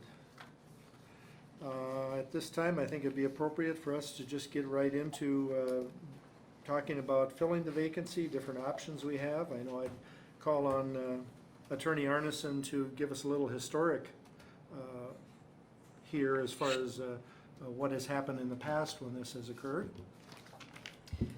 Well, Mr. Mayor, just based on my recollection, there were two approaches that I recall. One was that we looked back at the last election and determined who the next highest vote getter was, and that, looking at it from the viewpoint that, well, that was an indication of the voters' preference, that that person would be called upon to determine if they were willing to serve. The other main approach that has been used is to advertise for the position and have people submit applications to the council for appointment. And with that, the council can specify what the application would contain. And I think in the past, we've asked for their, just a brief resume, so to speak, of their background, so the council knows what kinds of skills and experience they would bring to the council. And then I think there has been a request for a brief comment as to why they want to serve. And then the council would review those applications and select among those. So those are the two approaches that I recall that have been used in the past. There's nothing in state law that specifies exactly what type of approach to use. So, Do you have a recommendation? no. I know St. Peter did the second option, and there was some controversy. Mhm. You know, I mean, there's always, if there's more than one person, there's always gonna be, whether you pick, whoever you pick. Yeah. I would kinda like to see us go the route of the application, and I guess we could do the last election, but if there's 4 people that run, or whoever the person that gets the least amount of votes, we had one candidate the last 2 times has not been elected, and that candidate would probably be the one that would slide. I have a hard time doing that when the people have said no to that. But that person could fill out an application and be part of the group of people that apply and then get interviewed or whatever. Right. And things have changed since whenever that was, last November. Maybe there's more people that are interested for whatever reason. Well, there may be. And I guess to close all the doors would be kinda wrong too. I would like to see it get opened up to applications. The last I remember when Councilmember Griep was on, that's the procedure that they used at that point. And I think we had an overwhelming number of people that applied, so. And this is something, I mean, we could, I would assume we'd want somebody here the first meeting in September. Especially with budgets coming up and, So we would have to get, however, we're gonna advertise that like this week. Right, give them 2 weeks and maybe we 2 could weeks, just, and then we have to have some meetings to pick a candidate, or listen to the, interview them, whatever it may be. But that we would could give still you get- 2 more meetings after if you open it. We used to get 6 weeks to do it, which should work. And then if any past ones wanna apply, they're more than welcome to. If any new ones wanna apply, they can, and, and I guess it's down to the council or a committee of the council or whatever. Councilmember Yashewski, any preferences on your part that? Yes, I'm liking the one everybody's been talking about for the interview. Okay. I'd like to, but that would make it too difficult to have an election somehow. Yeah, you could. That would, Very costly. And very Yeah. costly. Very Cost, costly. yeah. Yeah. And you wouldn't get, I don't think you'd get turnout. For just that, you would bet, I No. don't know, but I would assume a very little turnout. Councilmember Highland, how do you feel?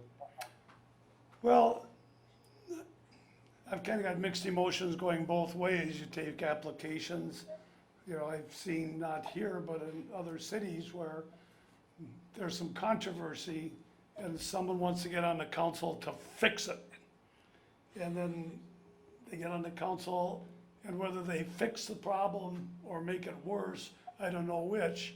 But then once that issue's over, they just kind of lose interest and don't wanna participate.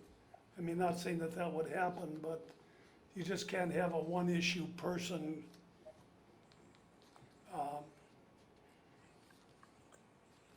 Yeah, I don't know, I mean, the last time there were 3 seats available and or 2 seats available and only 3 people applied.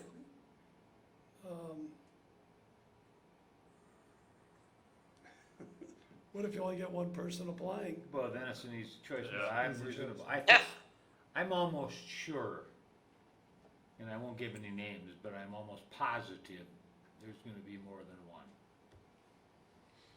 And I think through that interview process, and I could be all wrong, that I think we could probably be able to see through that one person that has one item on their Yeah. agenda, that we could see through that. I really believe we could. You know, one can always slide through, I get that, but. I don't know. Well, keeping in mind too, this is an appointment to replace a remaining term, and whoever you appoint will be under review of the voters at the next election for that position. Yeah, it's really a 2-year term is what it's gonna end up to be. That's Well, it's a three and a three-year half. term, Well, it's three a and a half, three-year. 3.5, Yeah. almost 3.5. Yeah, I guess, yeah, I'd like to have us do something for a couple weeks, and if we could, I don't know if it'd be nice if the whole council could interview the people, I you know, think since that we're all working. So Absolutely. maybe either the next meeting or the meeting after, maybe if we started a little early, could do some of the interviews, Have a special meeting. like before the regular meeting. Yep. Yep. Okay. It's a great idea. You probably would have to do the 16th, because if you leave it open for 2, or whatever, the 19th, if you leave it open for 2 weeks, and then you get them up, then you let people at least have time to come. That'd be my thoughts. I think that's a great idea. Would someone want to make a motion on which route to pursue? I'll make a motion to, I'm not sure what, to advertise for applicants, for the vacant, For the unexpired term? right? Okay. And I'll second? Second. So you're just gonna get one person to replace me? Does it have to be an adult? No. I know you'd appreciate that, Jim, that's the only reason I said that. Okay, there's been a motion by Councilmember Cowell, second by Councilmember Hattlestead, to move forward with the advertising for the vacancy, asking for applications to fill the unexpired term of retiring Jim Highland. Is there any more discussion? Hearing not, all in favor say aye. Aye. Opposed, no. Councilmember Batcher?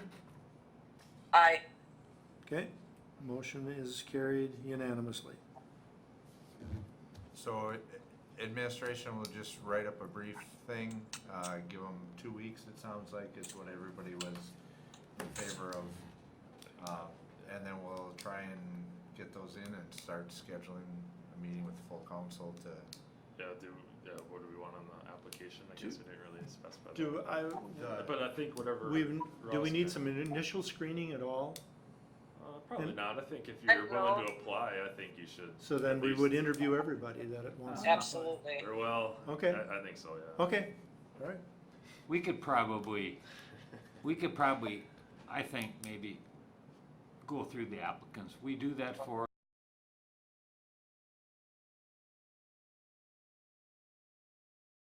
the police. I don't We think do? we've ever, do we interview all police applicants? We No. pre-screen, correct? Thank you. I think that's a little bit different though. Well, we 'Cause can that's do a- it that way. I mean, That's a paid job. Hey, This is something that people are volunteering for, so. Right, and honestly, I mean, I think if the people are willing to step up and serve, that we should give them the opportunity to present themselves. Good enough. Okay, go forward with that. And, what are we looking at as a deadline here for applications? It's the 15th, August 1st, I mean, just August nice round 1st. numbers, August 1st. 2 weeks after it goes into the paper. Can it get in this paper, this edition? It will? Okay.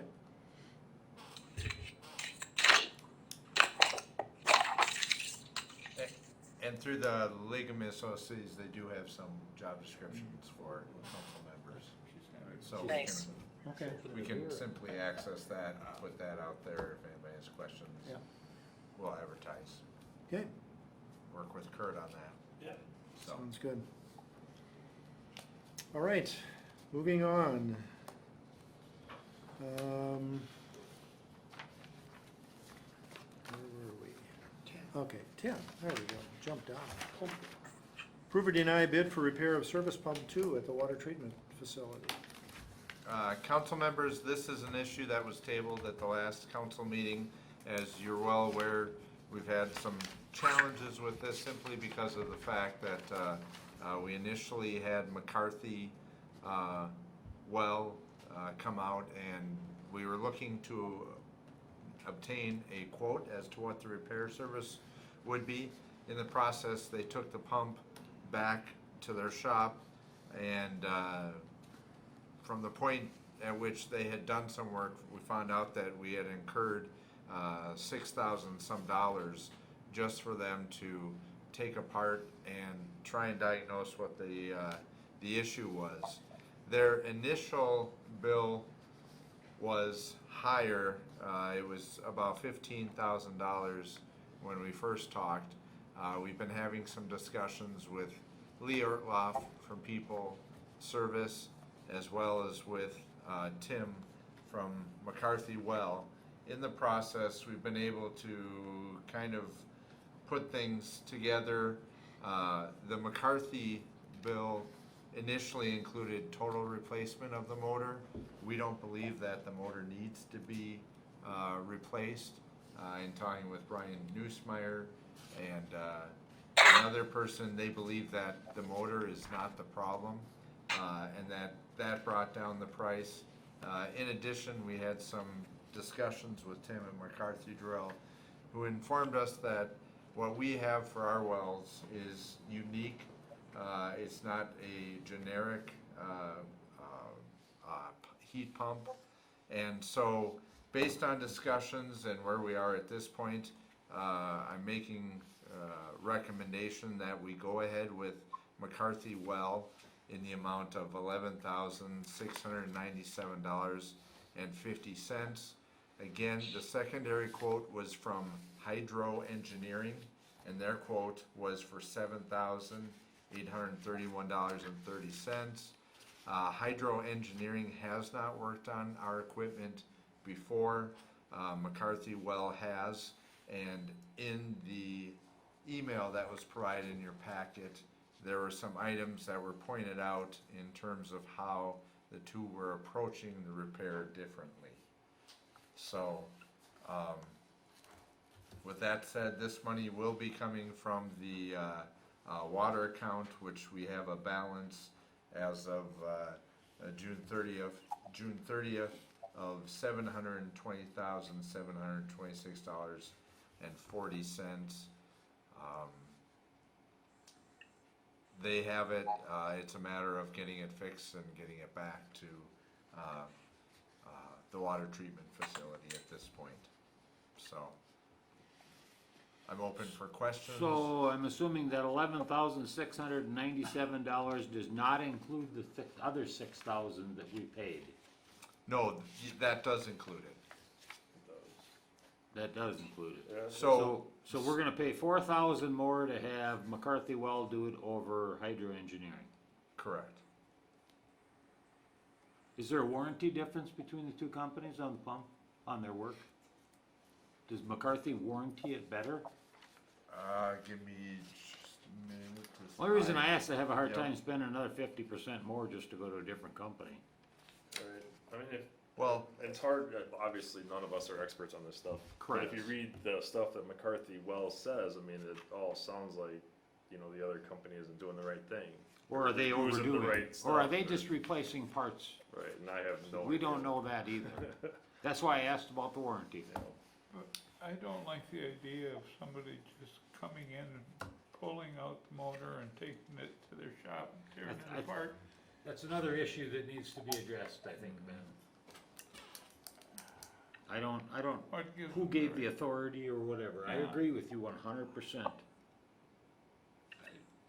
Has that part of it ever been discussed, or, you know, as far as? yes, I have talked with Lee Ortloff, saying that, you know, the fact that they came and they took the equipment, you know there's gonna be an expense involved if they have to physically move the equipment, put it on a truck and take it back to their shop. You're not going to get somebody who's going to do that without charging you something. Right, but you can get an estimate for that. Well, according to McCarthy, there would have been no way to diagnose that without bringing back to the shop. No, what I'm saying is, they could tell you in advance what the fee would be to Correct. diagnose the equipment. We Yes. didn't get any of this. This is the fairground situation, deja vu all over again. This is mess number 2. That's why I say we have an issue. We can't continue to have these issues. Oh, another 6,000 here, 15,000 there. That's where I have a problem with it. Yep. A real problem. I mean, does people service, I mean, were they willing to share some of the extra cost? I mean, it obviously was done kind of on their watch. In talking with Lee, that did not come up, but it certainly can be discussed or requested. Because if you look at the bids, apples to apples, I mean, whichever, McCarthy's cheaper, except for the $6,000. I mean, they're $5,300 to do the rest of the work versus $7,800, so that's, I mean, that's Yeah, I $2,500 noticed that. cheaper, but you guys still have the $6,000. I just don't like how the whole thing went off. I just don't. No, I don't think. I don't like any. Is there part of it. any rush getting this done? Like, does this have to get done like tomorrow? Do we need it? You know, Or getting by? fortunately, right now, we've got one that's working, and with the amount of rainfall, that we've been having, there hasn't been a lot of need for it. So, we're fortunate that it is occurring at a time when we can afford to run on one pump. But if that one would happen to go what I down, we'd be think in to- trouble. Correct. Yeah. I would like to suggest that we, talk to People Services and see if they would be willing to cost share some of that first part of that bill before we go ahead and approve this. Okay. I would like to see this tabled, and that is a motion, I guess, till we get more answers. You made that as a motion, Michelle? I did. I would second that.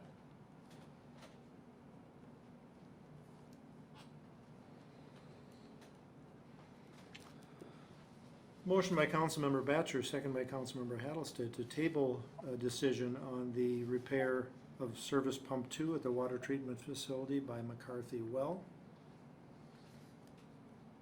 to allow for negotiations with People Service.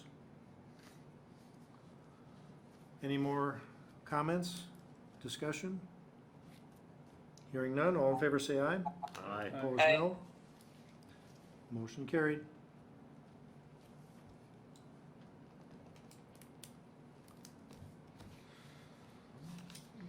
All right, item number 11 was taken care of earlier.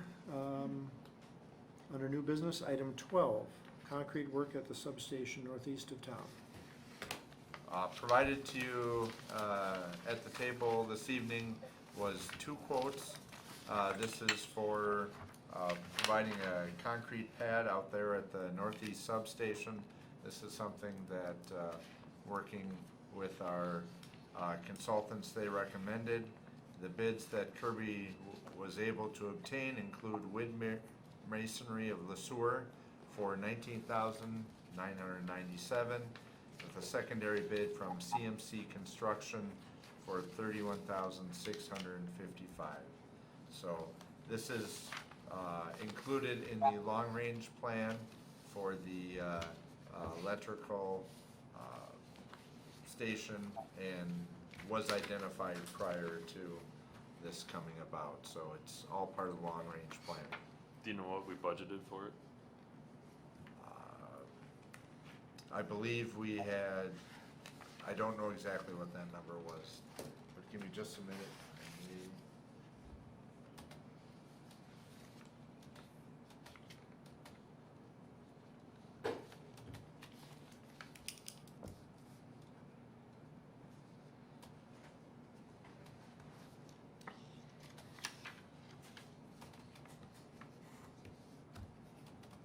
And I'm trying to read both bids here, and they do not look identical. So what are we losing on one and gaining on the other, or are they identical? And the description is where I'm finding issues here.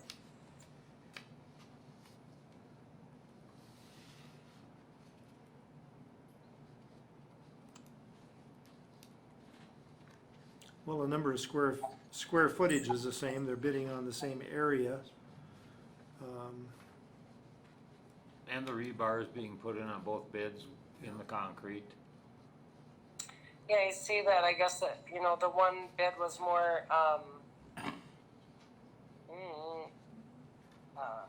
materials as far as, how much dirt, how much gravel. A little more specific on that. Exactly. That's why I'm wondering if they are built to, if we threw specs out there for these projects, or if that's just how each of the companies do theirs.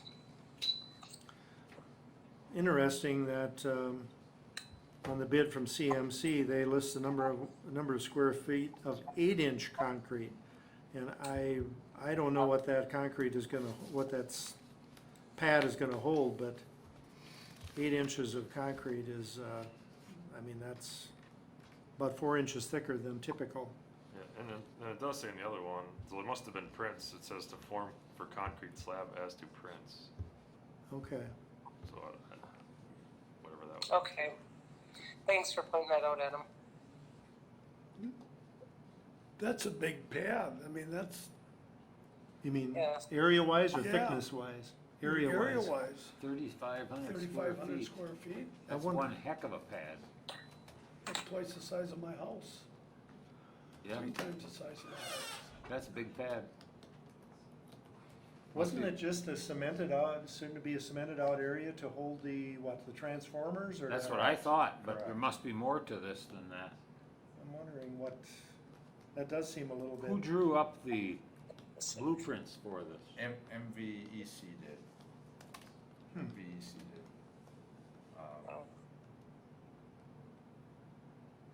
Yeah, that seems like a heck of a lot. I mean, that's like 35 feet by 100 feet.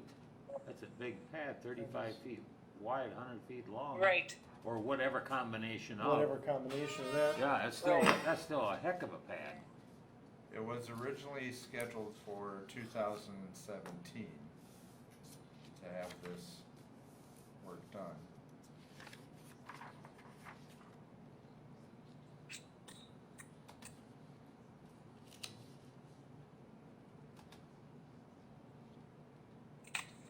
Well, I mean, the bids are totally up. I mean, what is it? $11,000 difference. Mm-hmm. So, I mean, Yeah. I would have to say that we go 12,000. with the builder on the lowest builder, unless somebody is aware of work that company has performed that hasn't been up to standards. Nope. No, I certainly am not.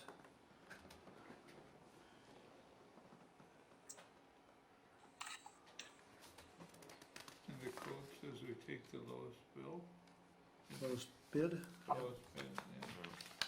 Well, yeah. Did you say that we have this money budgeted, the 20 grand? Yes, through MVEC. Okay. Do we wanna check again with,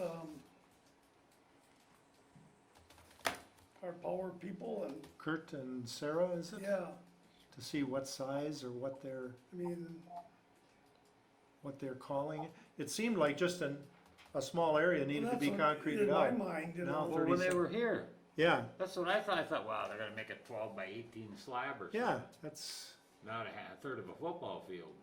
Yeah, 8 inches thick, I mean, my God, you could, yeah. If we're not in a real, any make a sort of motion, we urgent- table this, get some more information on Size. the size and, Yeah. and the thickness to make sure we're on the right track here. I'll Pack- second. Yeah, go ahead. I'll second that. Pat, could you have, MBC maybe give us the prints too, so we, Yeah, Yep. so we can see what they're calling to be cemented out. Well, I do have Who seconded? copy construction requirements. You do have that? Yes.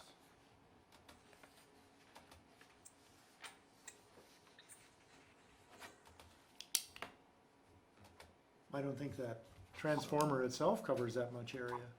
Maybe it Yeah. does. I mean, they are, The construction. You gotta run a train across that. That's pretty helpful. And maybe that's what they need. It just seems like an awful lot. It's, There could be a lot of vibration with all that electrical equipment, I don't know.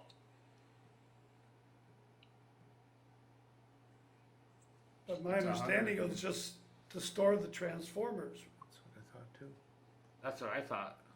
Cause they were getting wet or sinking in the gravel Yeah. or something like that. yeah.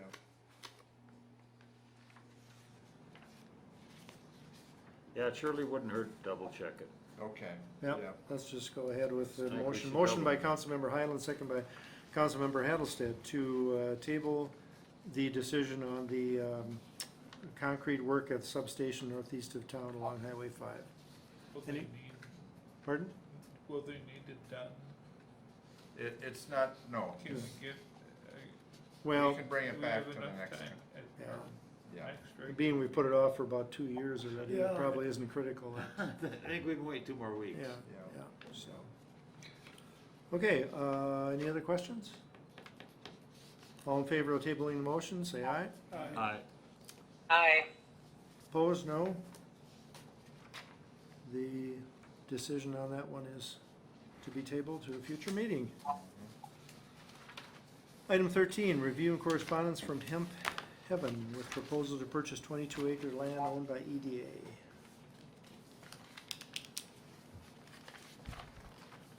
Council members, it was brought up at the recent EDA meeting that we do have a proposal from a business called Hemp Heaven LLC. They have a business in Wausau, Wisconsin, and they specialize in potatoes. And so they are working, currently the CEO is Derek Bushman, who is currently a board member for Northland Drying, and they are interested in acquiring the 22 acres that we currently have that the EDA owns south of Northland Drying for the purpose of growing hemp. One of the challenges that we have with that area is the access. They would not have that problem because of their current relationship with Northland Drying. So they have approached the EDA and made an offer. They would like to move or start up their business. It would be a large year-round greenhouse operation, establishment of cloning and hybridization laboratories. They would install large-scale extraction and refining equipment. They'd be using rail for both loading and unloading biomass, and they would be establishing a cultivator and planting test plots for industry analysts. They are able to bring 25 full-time equivalent positions, and in doing so, they would like to be considered for the commercial lot policy, which would allow them to acquire the land, which is valued at $159,300. They would acquire the land for $1. Again, with the understanding that they're bringing 25 full-time equivalent positions to the business, new positions to the business.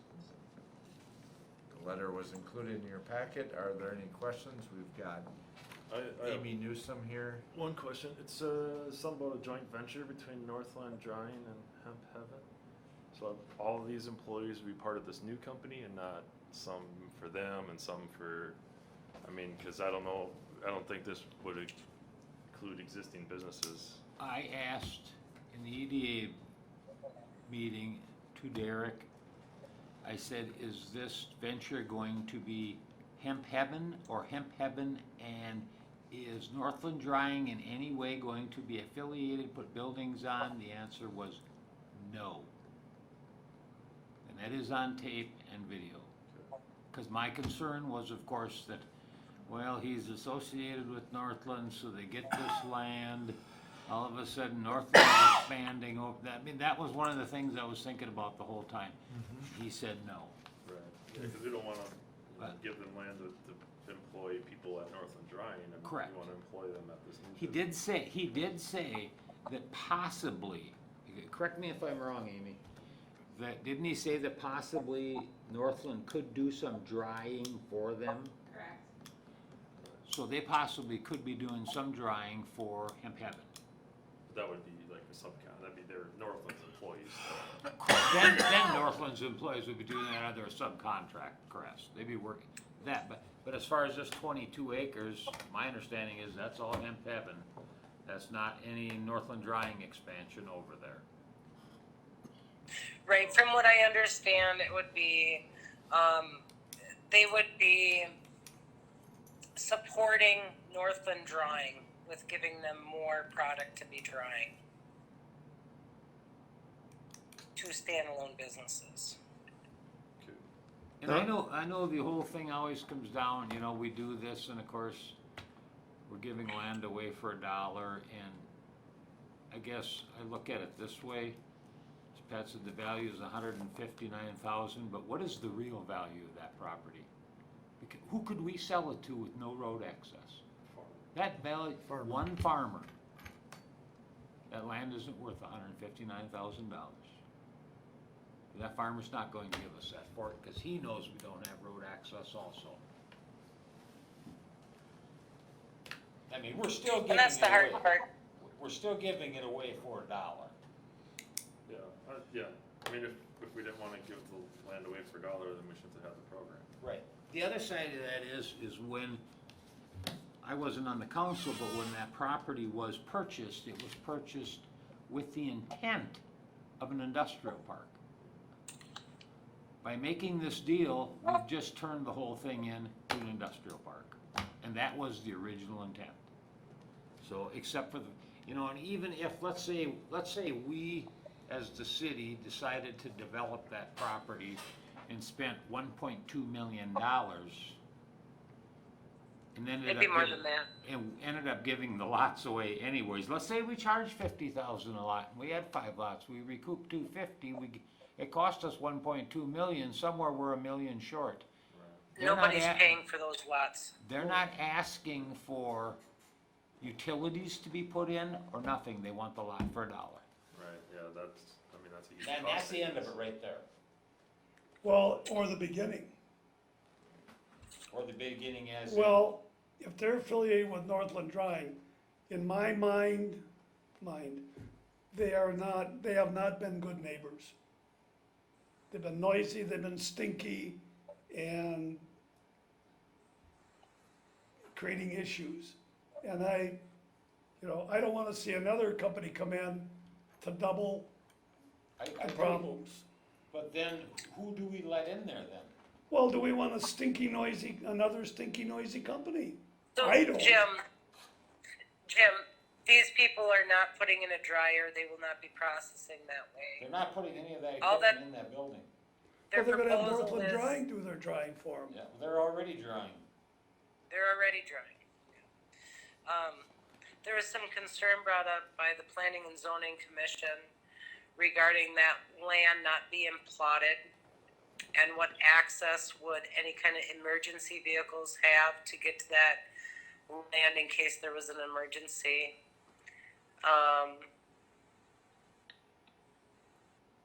We had talked about potentially having like a joint planning and zoning EDA council meeting talking about this.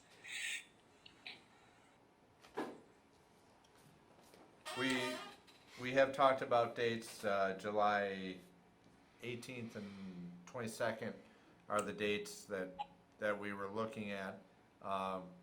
So far, we're split.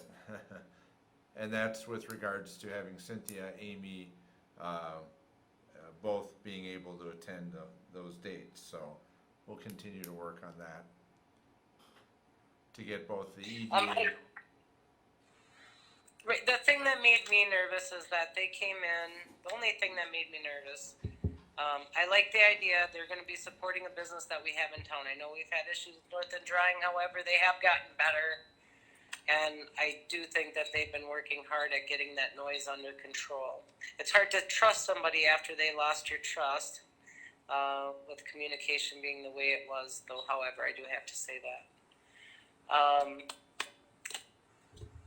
You know, I guess I welcome, I would welcome them, but I think we gotta figure some things out.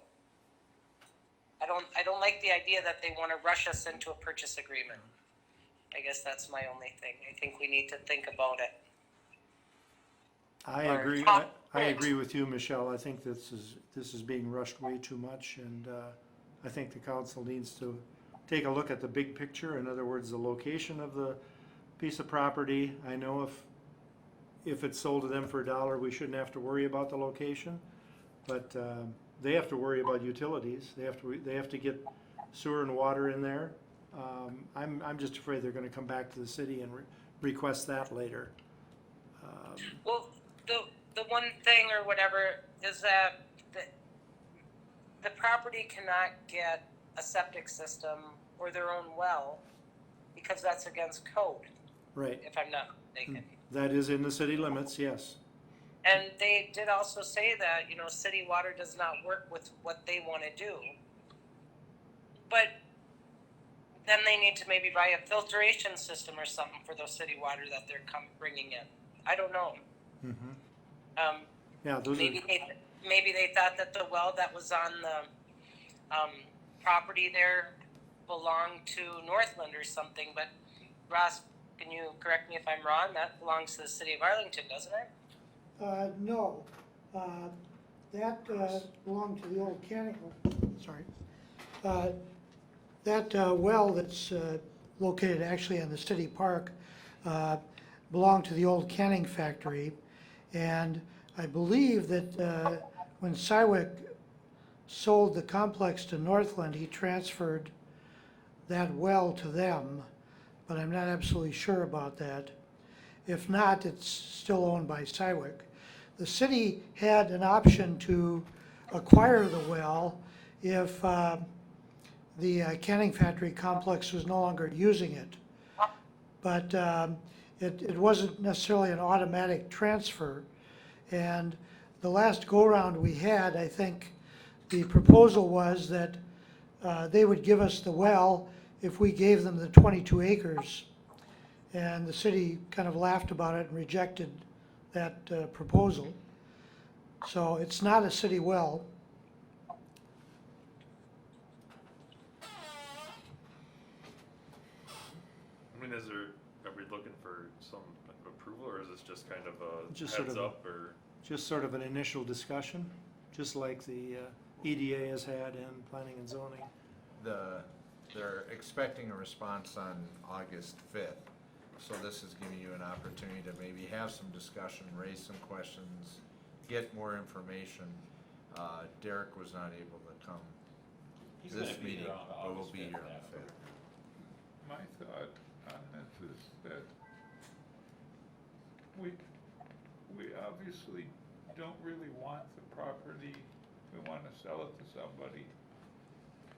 And nobody's come along yet, until now.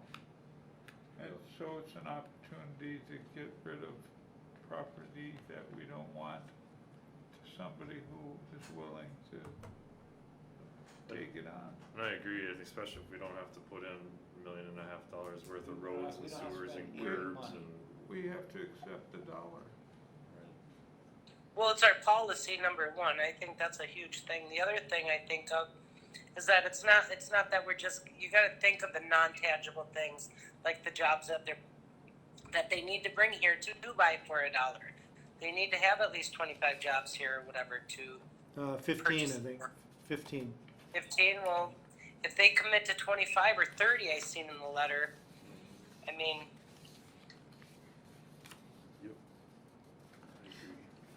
One of the questions is what do those jobs pay?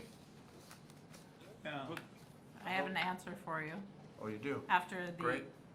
the EDA meeting, Pat and I were talking, and he said, I wish we would have asked, because it was our chance to ask Derek Bushman some questions about the company. And Pat and I were saying, I wish we would have asked what they would pay. So I emailed Derek Bushman and I said, can you tell me what the jobs will pay? And he said, lowest $15 an hour, highest would be salaried $70,000 a year. nice. I don't think that really should have any bearing on it. No. I mean, it's nice to know, and it's nice to have jobs that pay that, but, I mean, they're full-time jobs. So I think that's all that our policy really stated. Required, right, we didn't have a dollar amount in Right. our policy, just that they be full-time jobs.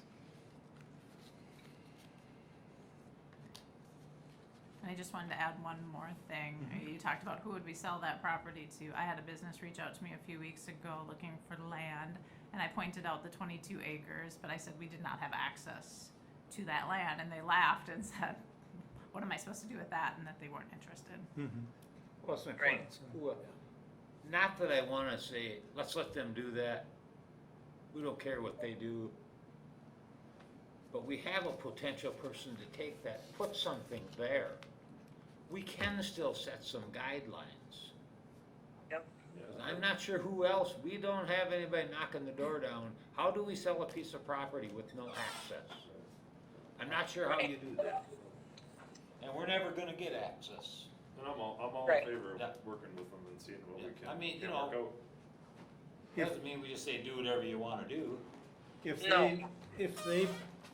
if they get that piece of property for $1 and promise to bring in 15 jobs, how ironclad can we make the transfer to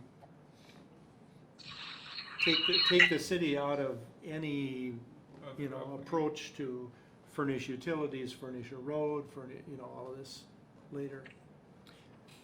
Well, I'd say the city's never under any legal obligation to come back after a sale has been made and then be kind of backed into providing utilities, road access, et cetera. I would say that's a situation of let the buyer beware.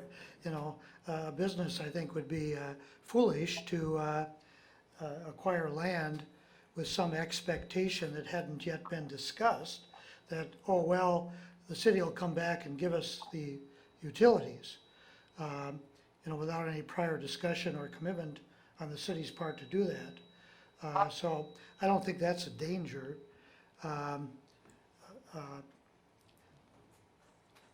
Now, it's something, though, that should probably be discussed in case they have some kind of expectation, unspoken expectation about what kind of help the city's going to give them to actually get the project off the ground. And again, I'd say any business should be discussing that with us up front. Not just supposing that, we're gonna come in after the fact.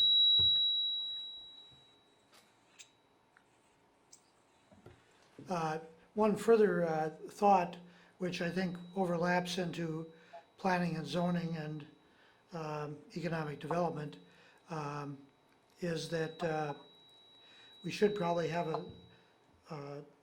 detailed discussion about what the city's requirements are gonna be as far as zoning, noise abatement, things of that nature, in particular regarding our experience already with Northland Drying. And that we have an upfront discussion with them about those things, so that they're not under any misapprehension about what the city's expectations are gonna be, you know, to actually permit them to start operating. And that, again, I guess ties into what the mayor has already expressed. I don't think all this can be done in a couple of weeks, you know, and give them some commitment by August 5th. I think that's crazy. And I guess it makes me wonder a little bit about, you know, how they think these things normally occur. I was quite surprised when, you know, it came out that, well, they wanted some kind of a indication by August 5th. A purchase agreement. Yeah, that's not the way these things are done. Right, right.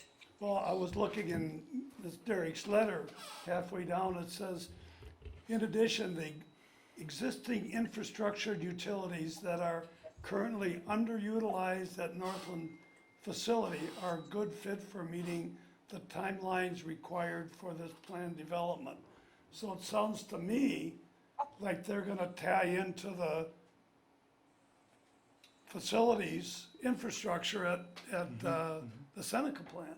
Well, honestly, Jim, I think what they need is they need a little bit of water. They're not thinking about toilets for their employees. They're not thinking about those kind of things for sewer or that sort of thing. They're probably thinking they can just grab some water for what they need. All that they're doing is building like 3 or 4, what are they, greenhouses, so that they can get the crop growing so they can plant it in the ground by spring. Well, it sounds to me like they're gonna tap into the infrastructure at Northland Drying. We can ask him that at that August 5th meeting, what his plans are for services. How are they gonna do it? How are they gonna How are do you that? gonna get your services? How are they gonna get the utility? I think- And he can tell us. I think you're Then gonna we don't have to assume. have a very hard Well, time having planning and zoning approve anything that has 15 or more employees out there without running water and bathroom facilities. They're not gonna do it, and I don't blame them. But we don't know that they aren't doing that, Bill. Well, they'd have to put the infrastructure in themselves unless they're asking us prior to that to do it, Well, there, right? would the city Gotta require, be in part of the purchase agreement. the city would require that to be platted. They would have to have site plans that would go to the planning and zoning committee. Improvements would be noted.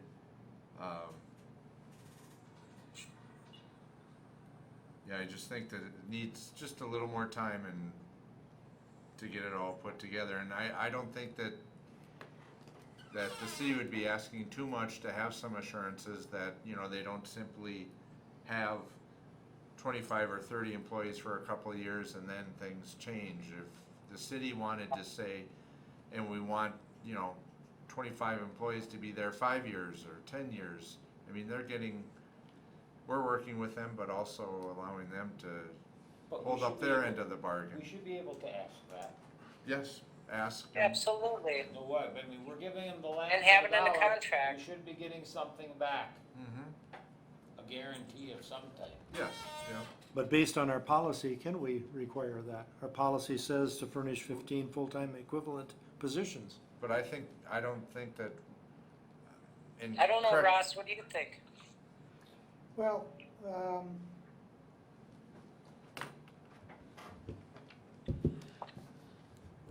with other agreements I'm familiar with, development agreements, well, first of all, there's a stipulation that this is standard, that they have to add a certain amount of value to the land within a certain period of time.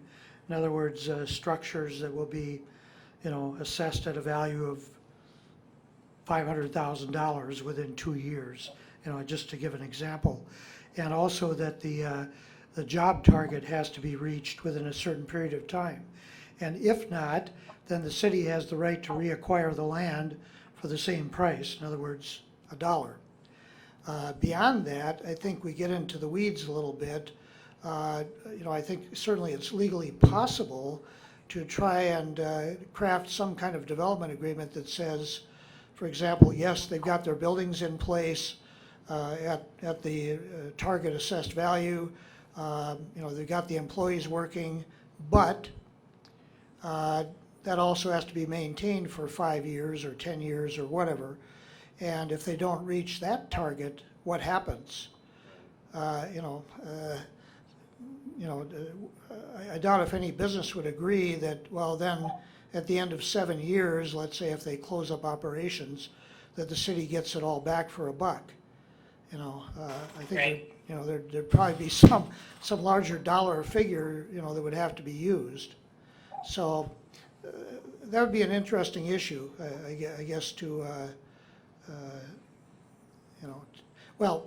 to contemplate. But of course, I think one thing that drives these situations is, let's say a business does invest in infrastructure and buildings and employees, and then for whatever market reasons they close up in a few years.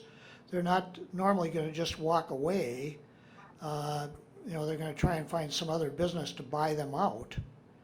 Right. Now, how possible that is, I guess, is another question. But I'd say in these development situations, usually it's not contemplated that the city has some ability to come back after a period of years and reacquire the site. Because then, regardless of what the terms of that reacquisition are, then the city's got it back on its books. And then it's the city's problem to try and find a new buyer, a new operator. So I think it's usually the city, has some kind of an agreement where we have some controls for a few years over the jobs, the operation. But then beyond that, the city just says, okay, now it's private industry. We're just taking a chance that it continues in operation. Or if it does close up, we're taking a chance that they can find someone else to reacquire the property and start a new operation of some kind. And maybe Amy has some comments. No, I agree with you on that. I mean, Ross talked about some of the standard developments we've done in other cities where you stipulate that they have to have so much value to their building within a certain period of time, because that's what you're looking at. If you're giving it for $1, you're looking at that tax money coming into the city, and it increases your tax base. Ross, so is it true, or would it be accurate to say that, each economic development agreement is tailored to, Siduri Hops is one. They had a different situation. They were offered a certain deal. This Heavenly Hemp is a different business, so what we negotiate with them doesn't have to be exactly it doesn't have to be anything like what we offered to Siduri Hops. No, I think that's correct. I think we have a different development agreement with each business. It's a brand new, contractual arrangement. However, whenever the city does anything, somebody can always, make the argument, well, the city has kind of created a policy. You did it for this business, so why can't you do it for our business? But that's more of a negotiating argument. It's not anything that we're legally locked into, okay? Unless, we do actually enact a policy like we have with the, land acquisition policy, okay? However, the policy can always be changed too.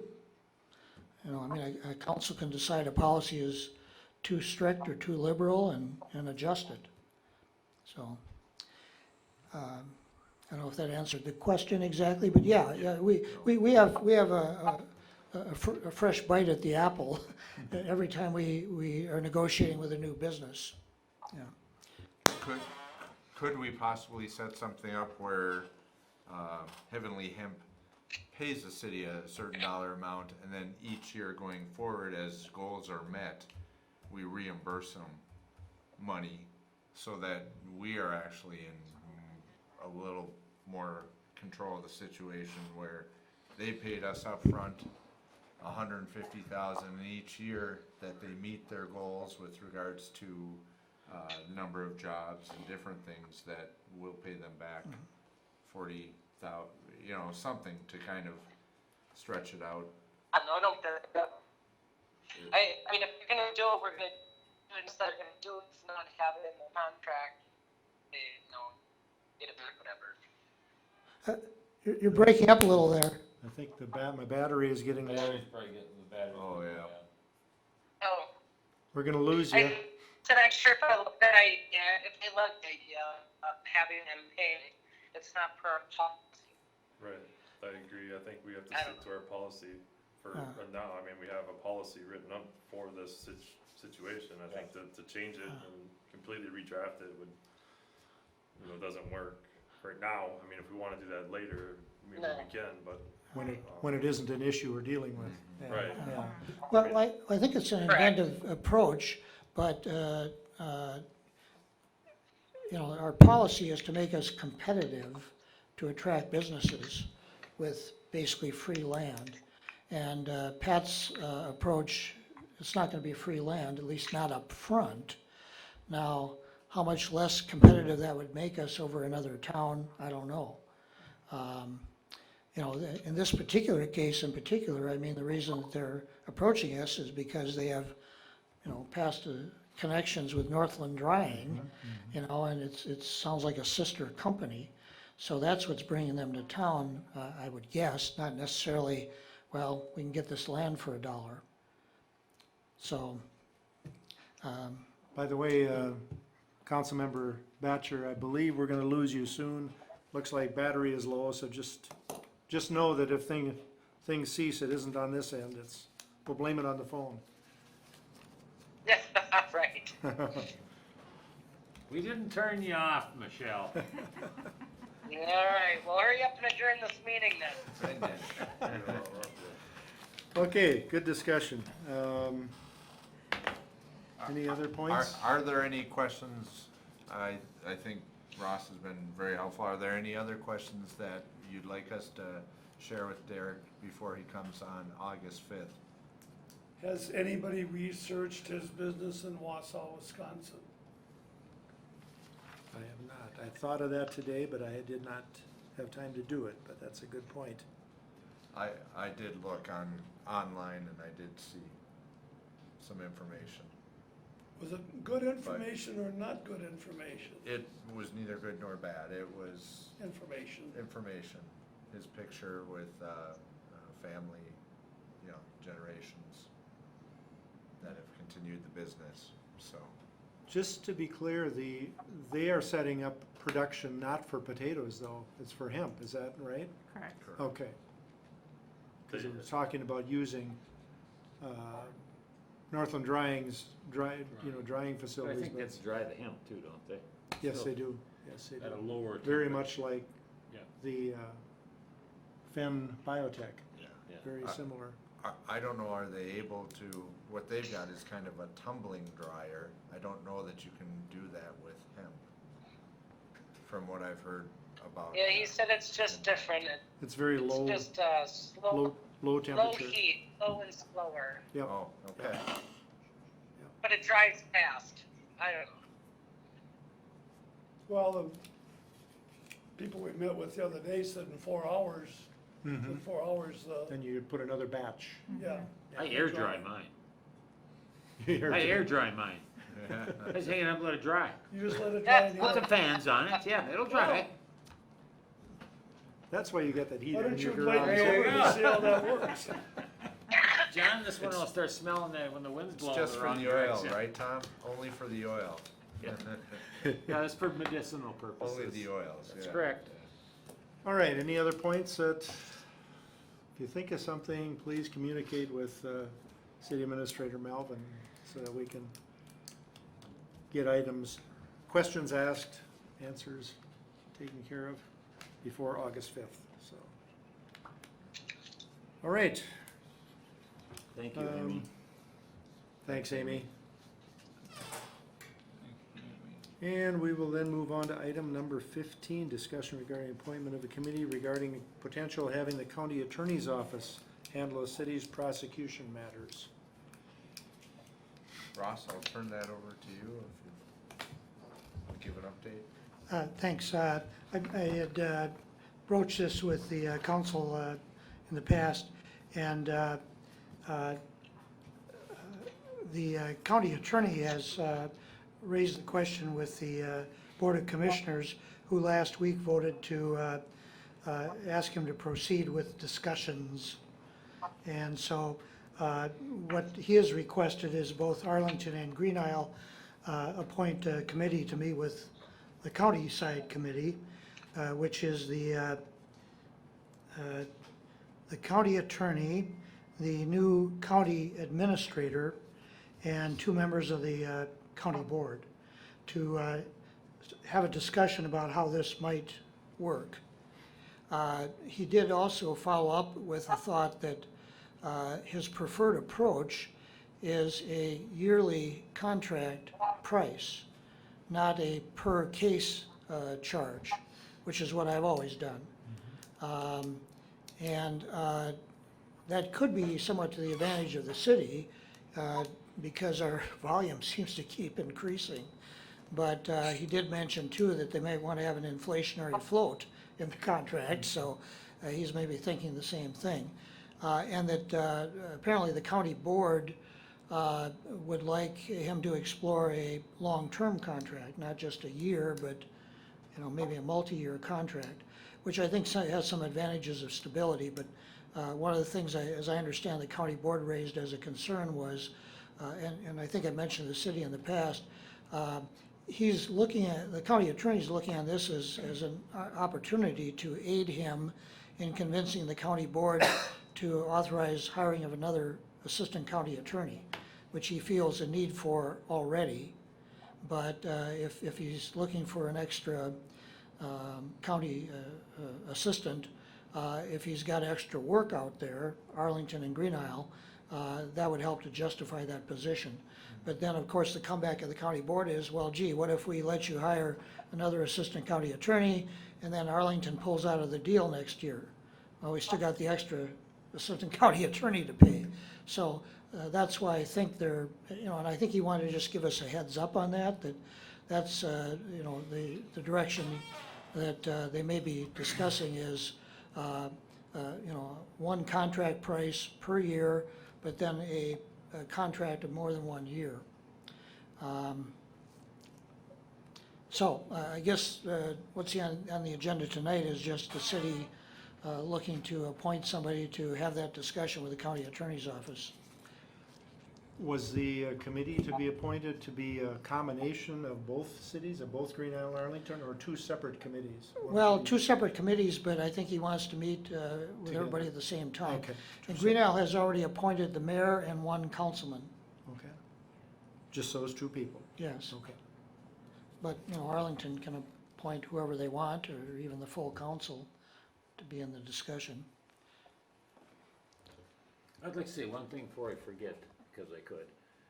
I don't know how many read the article in the paper in regards to Commissioner Harder. I called her. I mean, I don't think she understands how this all worked. And I just called her to let her know that yes, we are interested in working with Sibley County, because I think she thinks that, yeah, we'll be there 8 months and gone and they're stuck with the bill. So if anybody else made a phone call, I think that it would be of value for us. Okay. Yeah, she feels there wasn't enough individual contact between city councils and the commissioners. Commissioner, but Or- it really yeah. wasn't set up that way. No, But they don't know that. they don't know that. So I think if Okay. we made a few phone calls, it would probably be advantageous for Arlington. Well, thanks for that comment. And again, the approach that I took, which I guess I thought was the logical approach, was to, first of all, find out from the county attorney if he had any interest in it. Because if he said, heck no, well, then no need to pursue that line of inquiry. So that's why I reached out to him first and suggested that, that I would, talk to the city and the chief of police and so on, which I did. And that he talked to the people on the county end, which he did. And then we got to the point where we decided, well, now it's time for maybe a more formal discussion. And that's all that we're talking about at this point, is to have a talk with the county to see if and how it might work. And maybe it won't, but anyway. Okay. Okay, how does the council feel about forming a committee then to start discussions with the county? I feel we should Think move it'd be a good forward with it. idea. I agree 100%. I think we should do, like Attorney Arson said, it may not work out, but Yep. we've gotta go somewhere. Right. And that door may be opened, so we should at a minimum explore it, without a doubt. And who would you like to put on the committee?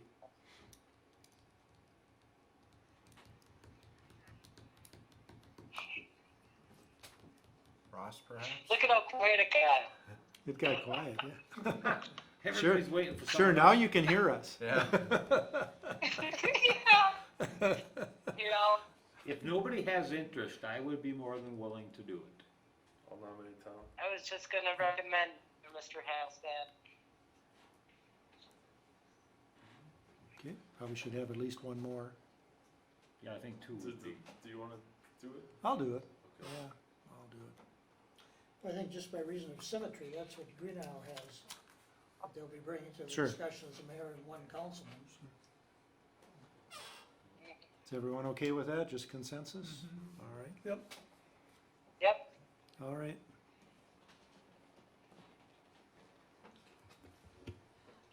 Want to say again, I do appreciate the council considering this. As I've related in the past, my reasons for wanting to make this move, I just, I can't handle the volume of work anymore without almost making it a full-time job, so. And I will be 72 in 3 weeks, so, I'm not gonna be here forever, and, maybe it's time, to do this in a logical, transition rather than, oh, Ross died, so now what do we do, so. God, that's terrible. What is it with you big guys? No, it's very possible. I mean, I think it's a great way to do the transition while we can do it on our terms, Right. rather than something happens to you. Now we're really in a bind. Because in the meantime, Ross has done a lot of the legwork for us Yes, in setting this up. yeah. And he can, to that point, do a much better job at it than we can. And he's finding his own replacement. That's pretty hard That's to even find. better. That rarely happens. Well, we don't have the job done yet. No, well, but we're moving in the right direction. Okay, then by consensus agreement, the representatives on this committee will be Councilmember Hattlestead and Mayor Nagel.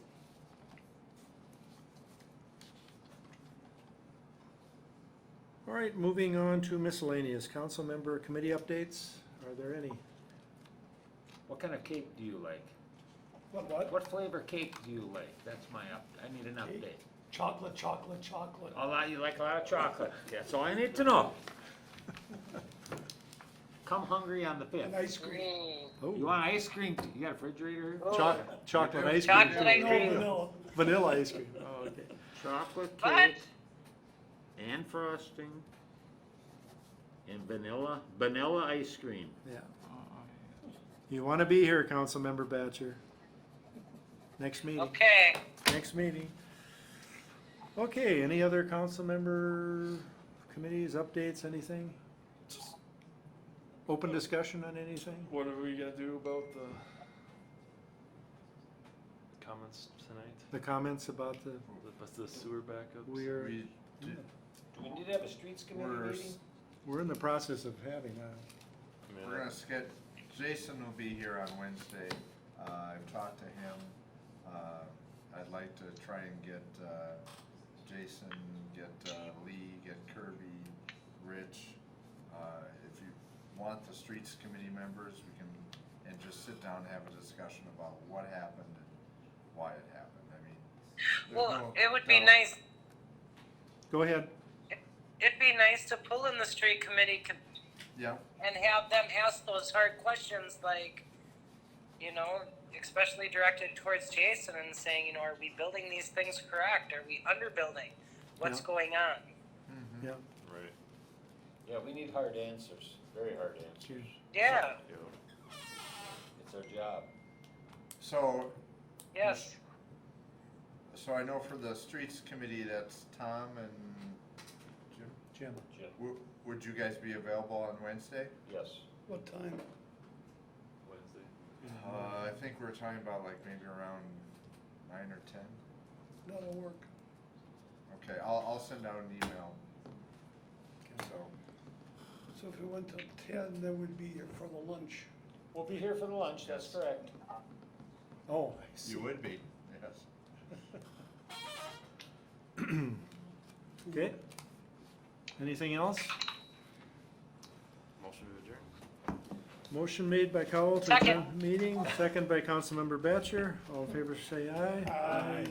Opposed, no. Hi. I've never heard a no to that. What time is it, Councilmember Batchor? Time to go home. It